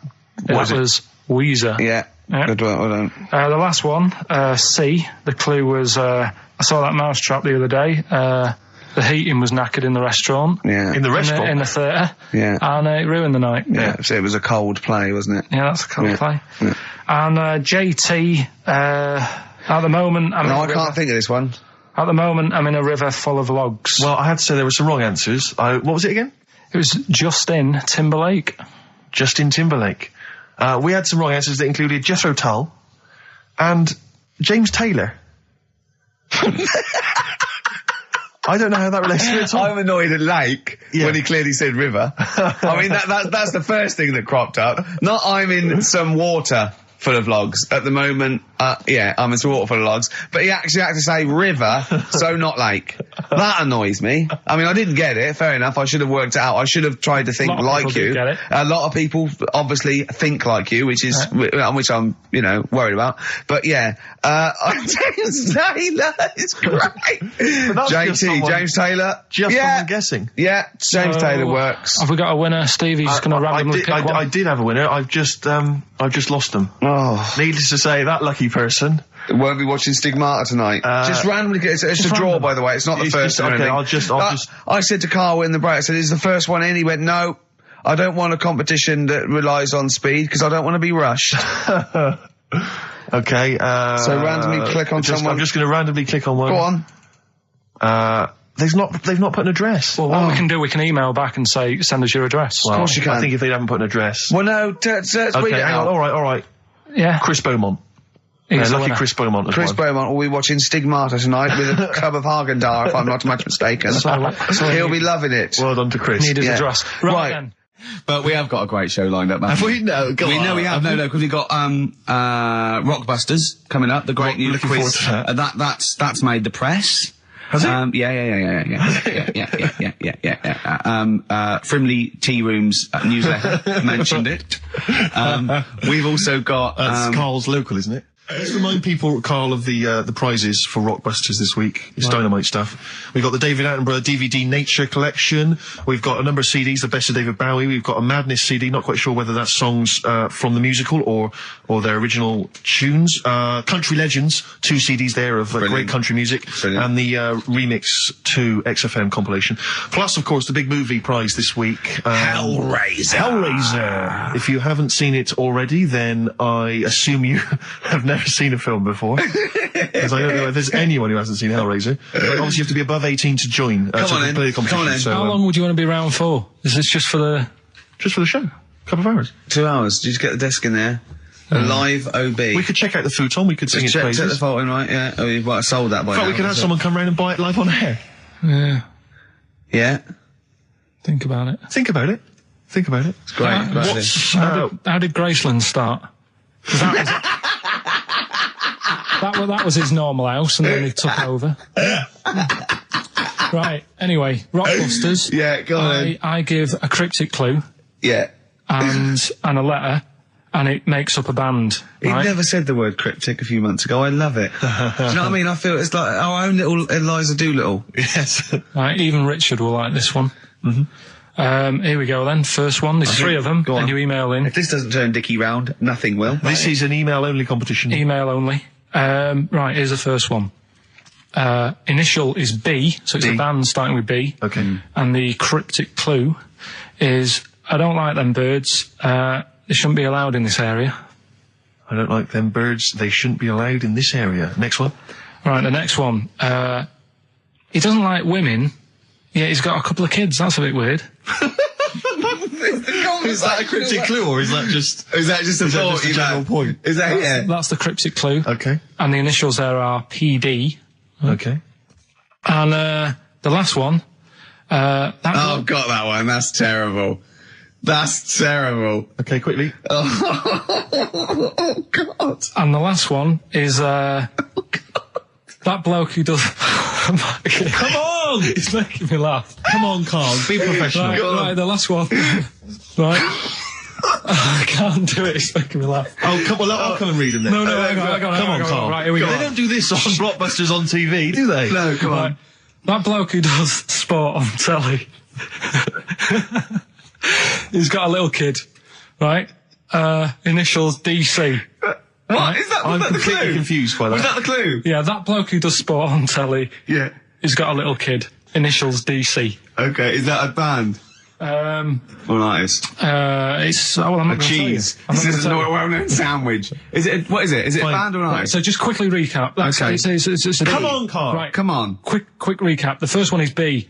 I don't think them birds should be around in this area. Right, that's B. Right. Second one, he doesn't like women, yet he's got a few kids. It's a bit weird. That's PD. And the final one, that bloke who does sport on the telly, he's got a little kid. Right. DC. All right, and it's ricky.gervais@xfm.co.uk if you want to enter for Hellraiser. Oh, I'll tell you what, continue to do a little theme of like some old stuff people haven't heard of. If you're under 30, you probably never heard of this band. It's also a new thing I want to introduce.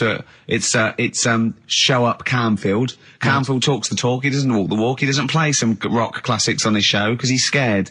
I'm going to play the tracks that Camfield's too scared to play. This is Kansas and Carry On Your Wayward Son. All right? Right. Okay, right. The results of Rockbusters. We ain't got a winner for the first time. Yes, we have. We've done this feature for... We've got loads of winners. No, we haven't. We've done this feature for 3 weeks. This is the first time I've managed to sort of... What? Well, let's go through them then. What have they got wrong? The first one.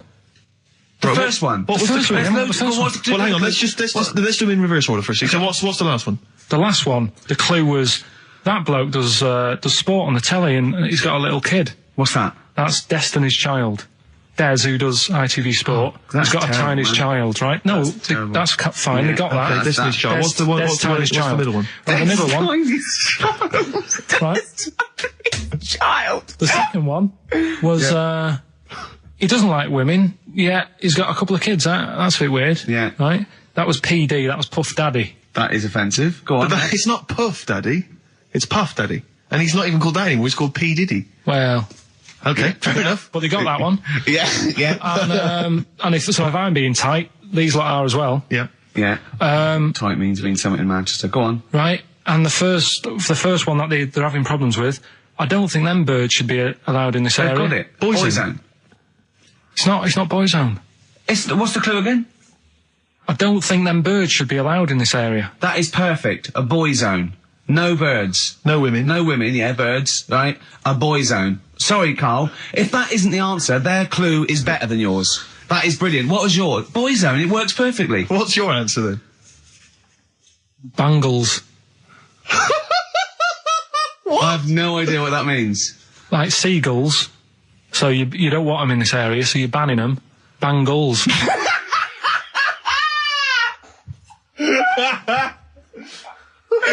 Oh! Well, give it to Boyzone, because Boyzone's better. There is virtually loudest area, it's a Boyzone. I think we should have a rollover. Carl beat them. Carl beat them. You have to use his logic, surely. But theirs works. You can't do what am I thinking. No, that's not what I'm thinking. It works perfectly. I think you've got to give it to the ones that got the Boyzone. Well, how about, right, because they didn't actually get into my head. Heaven forbid. How about we just keep back the David Attenborough, and they can have, I'll chuck in the Hellraiser, right? Okay. And Blondie album and the Madness one. Yeah, okay, pick a winner at random. Pick a winner, Steve. I'm going to give it to Paul Sloman, who got those answers, and he also says, P.S. Carl, you're a moron. So, I'm giving that to Paul, and good luck to him. Right, well, he's got a crazy night tonight. If we can rush these over to him, he's got a cracking Saturday night. Well, if I'm a moron, I might get your address wrong when I send them to you. Ooh. Coming right back at you, Paul. Yes. Right.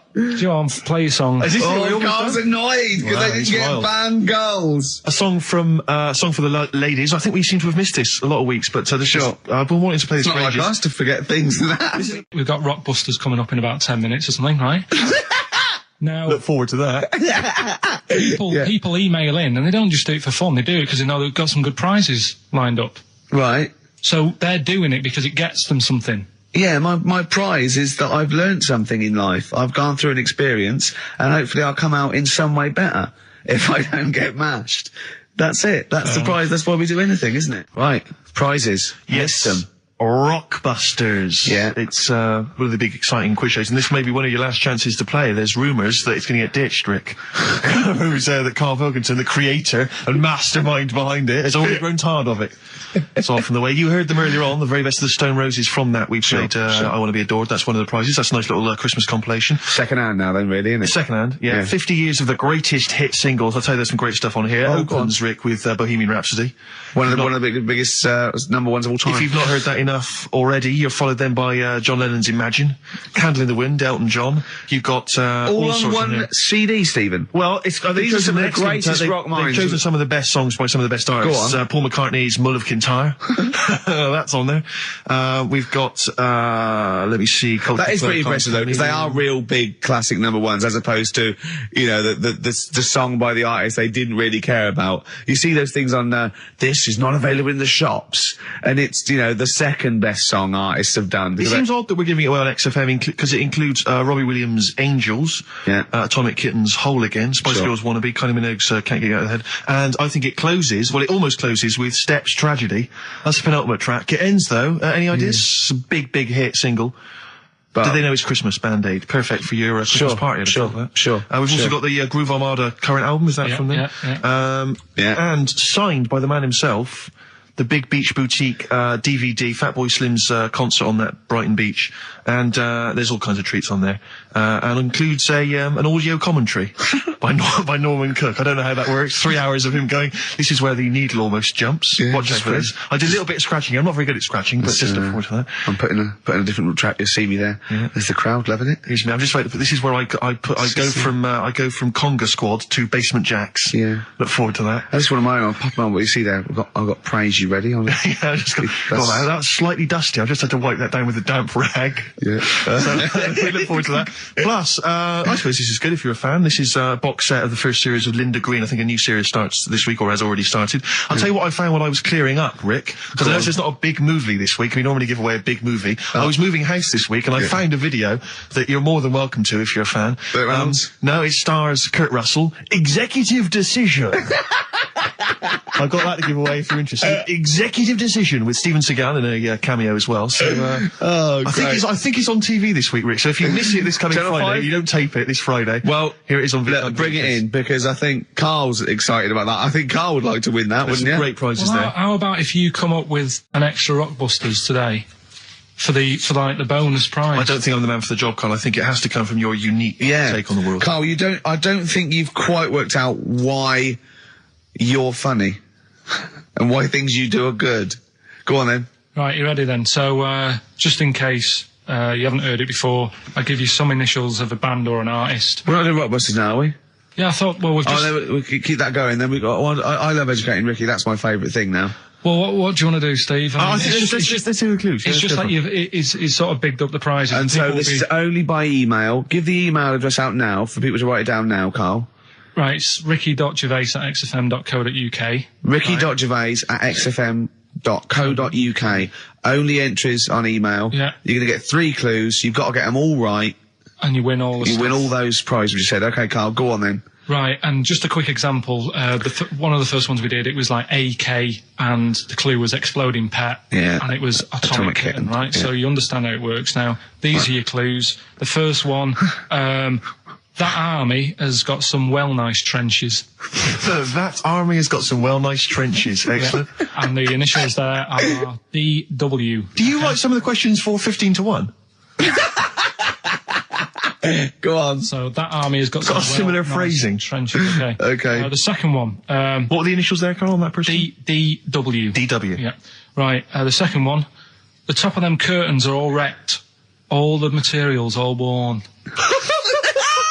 He acts it out though. We've got to get him on telly. We have got to get him on telly because his little face and his gestures. That's the second one. The initials being HV. Okay. The top of those curtains are wrecked.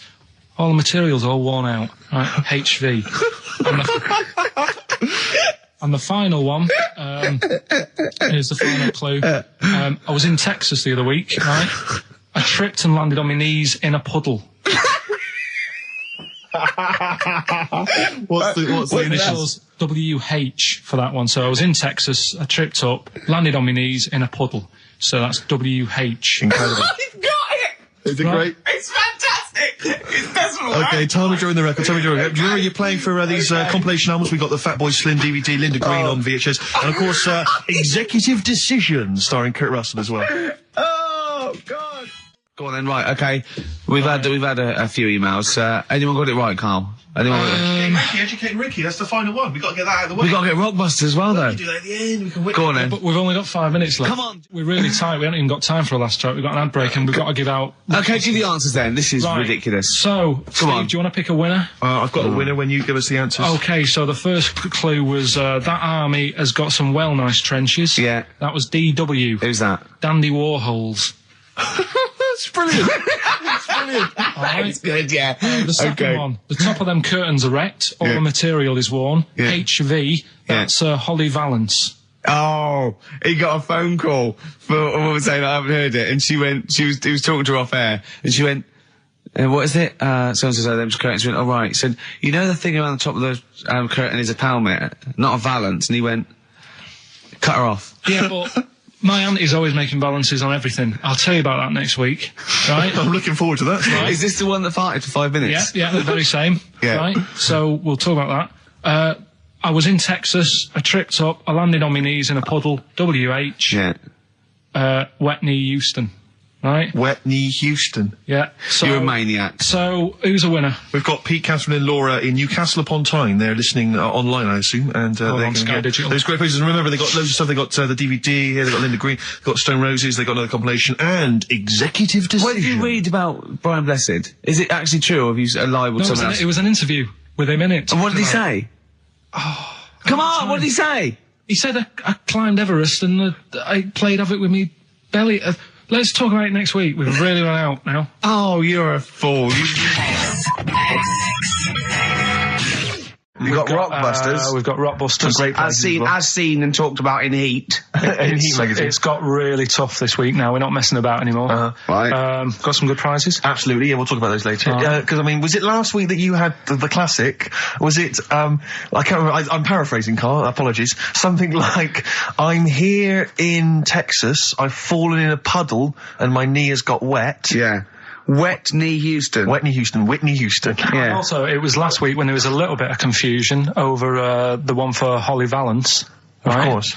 I don't think it was confusion, I think it was your error. No, it wasn't. And it was Holy Valance, and you meant Pelmet.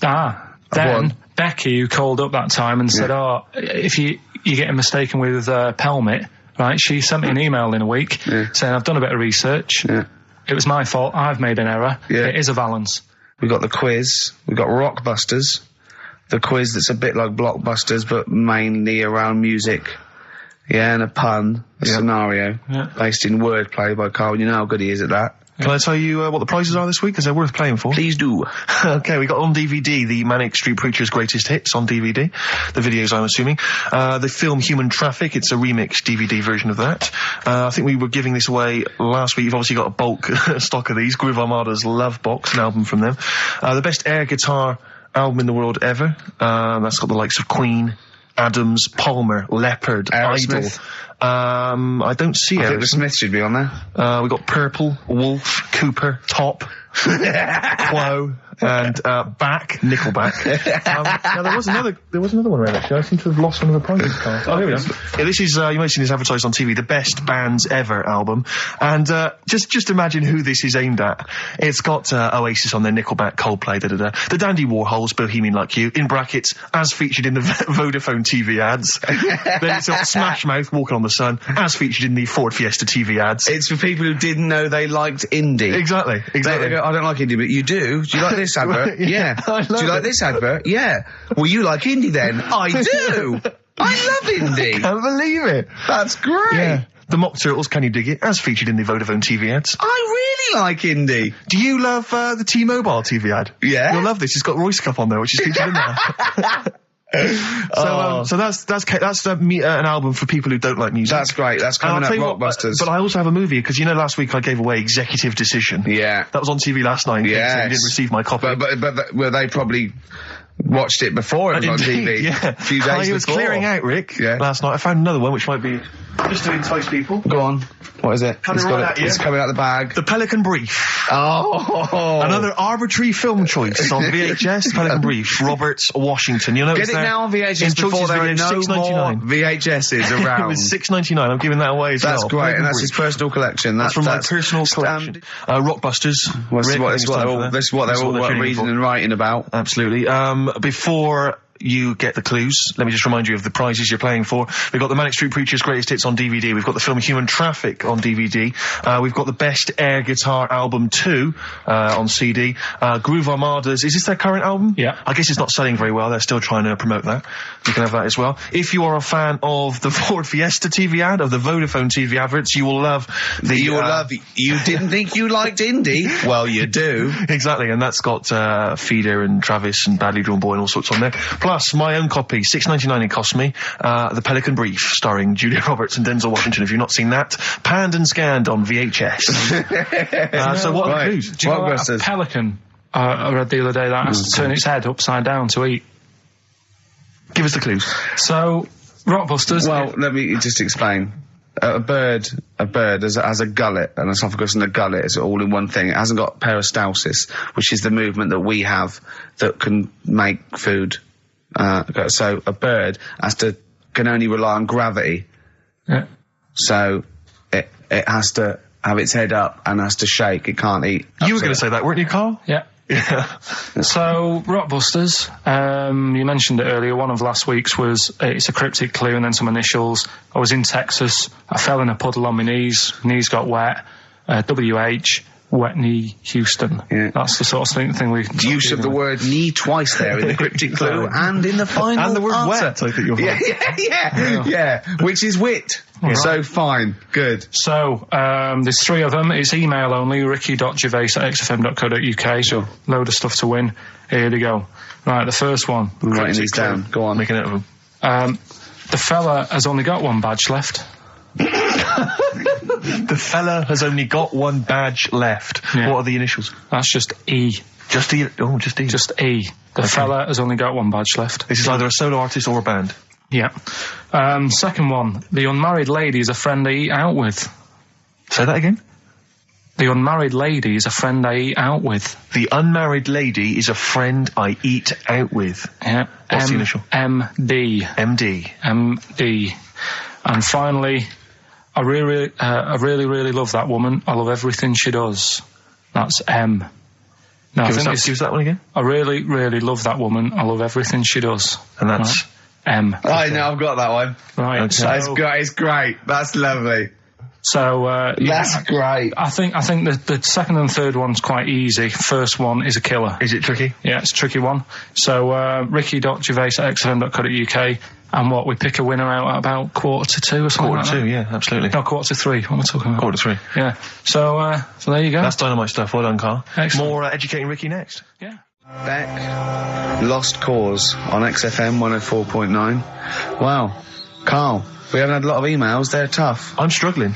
Yeah. I've got one, and I'm struggling with 2, but I know one of the words, but I can't think of the band that fits it unless the clue's wrong, and I've got no idea with the first one, E. Give us them again. Just quickly recap. Number 1, the fella has only got one badge left. That's E. Second one, the unmarried lady is a friend I eat out with. That's MD. And the last one, I really love that woman. I love everything she does. That's M. Well, Ricky, what is it, Ricky?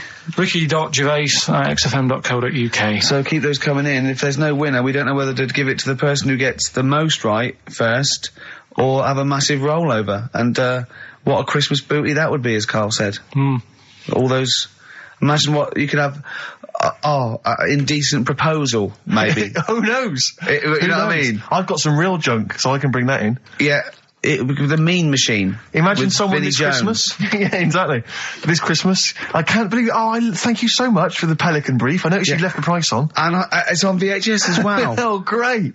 Brilliant. This is a perfect Christmas gift, isn't it? Yeah, it's great. Okay. Now, so that's going. CD. That's going on. That's a big prize. It's a big weekend prize on XFM. Yeah. Well, we've got the emails in. Yeah, people are they're finally trickling in. I think people are getting them. People have got the full 3 right, but I mean, it's still worth emailing in because we never know who we're going to pick as a winner. I'll tell you what, we've still got 50 minutes before we give the prize out, so let's give them again. Just give us a quick run there, because I think these are tantalising. They really are. Yeah. So the first one, the fella has only got 1 badge left. Yeah. That's E. The second one, the unmarried lady is a friend to eat out with. MD. And the third one, I really, really love that woman. I love everything she does. That's M. Excellent. Right. Ricky.Gervais at xfm.co.uk. You can win all kinds of prizes. We've had the answers in. It's Rockbusters. It's the results. Carl, give us the winning answers. Right, Steve, you search for a winner. I will. At random. We can slip into that. So the first one was, the fella's only got 1 badge left. I have no idea. The initial was E. Go on. Will I get out the answer now, Yeah, Steve? give me the answer, yeah. I think you should. That was his last sticker. Yeah? Elastica, the band Elastica. I'm not sure. Doesn't work. The word sticker and a badge are not interchangeable. And it's not his last sticker, it's Elastica. Yeah, but, like, Elastica. So, someone's got it. Oh, so say a different word and it works. Oh, so if the band is Elastica, then it works. God, if only Justin would have named it different. If she'd have just gone, let's call it Elastica, then we'd have, yeah. Second one. What was the clue? The unmarried lady is a friend to eat out with. Go on. That's Miss Dynamite. Miss Dynamite? Doesn't work. Yeah, but it's been running for 4 weeks. We've done the obvious ones. Doesn't work. Miss Dynamite. Again, if she'd have called herself Miss Dynamite, it would work. She didn't. See, what's happening is pop stars are letting you down by naming themselves incorrectly for your clues. Those don't work. They don't count. And the last one, I really, really love that woman. I love everything she does. That was M. Yeah. That was Madonna. Yeah, Madonna. I'm going to give you that. That worked, yeah. Right, that's the end of that feature, until you can get ones that work. Okay, so you won't hear any more of that, because it's rubbish. You're running out already. Do you just think of the first 3 things that come in your mind and make them fit?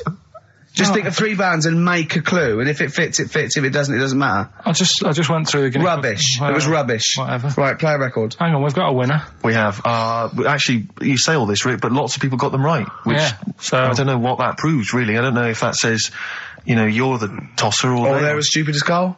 One or the other. Okay. But I'm going to give it to Simon and Daisy in Hitchin. They got the right answers, and well done to them. They get the Pelican Brief and some other treats. Serves you right. I look forward to that. Serves you right for understanding Carl. XFM.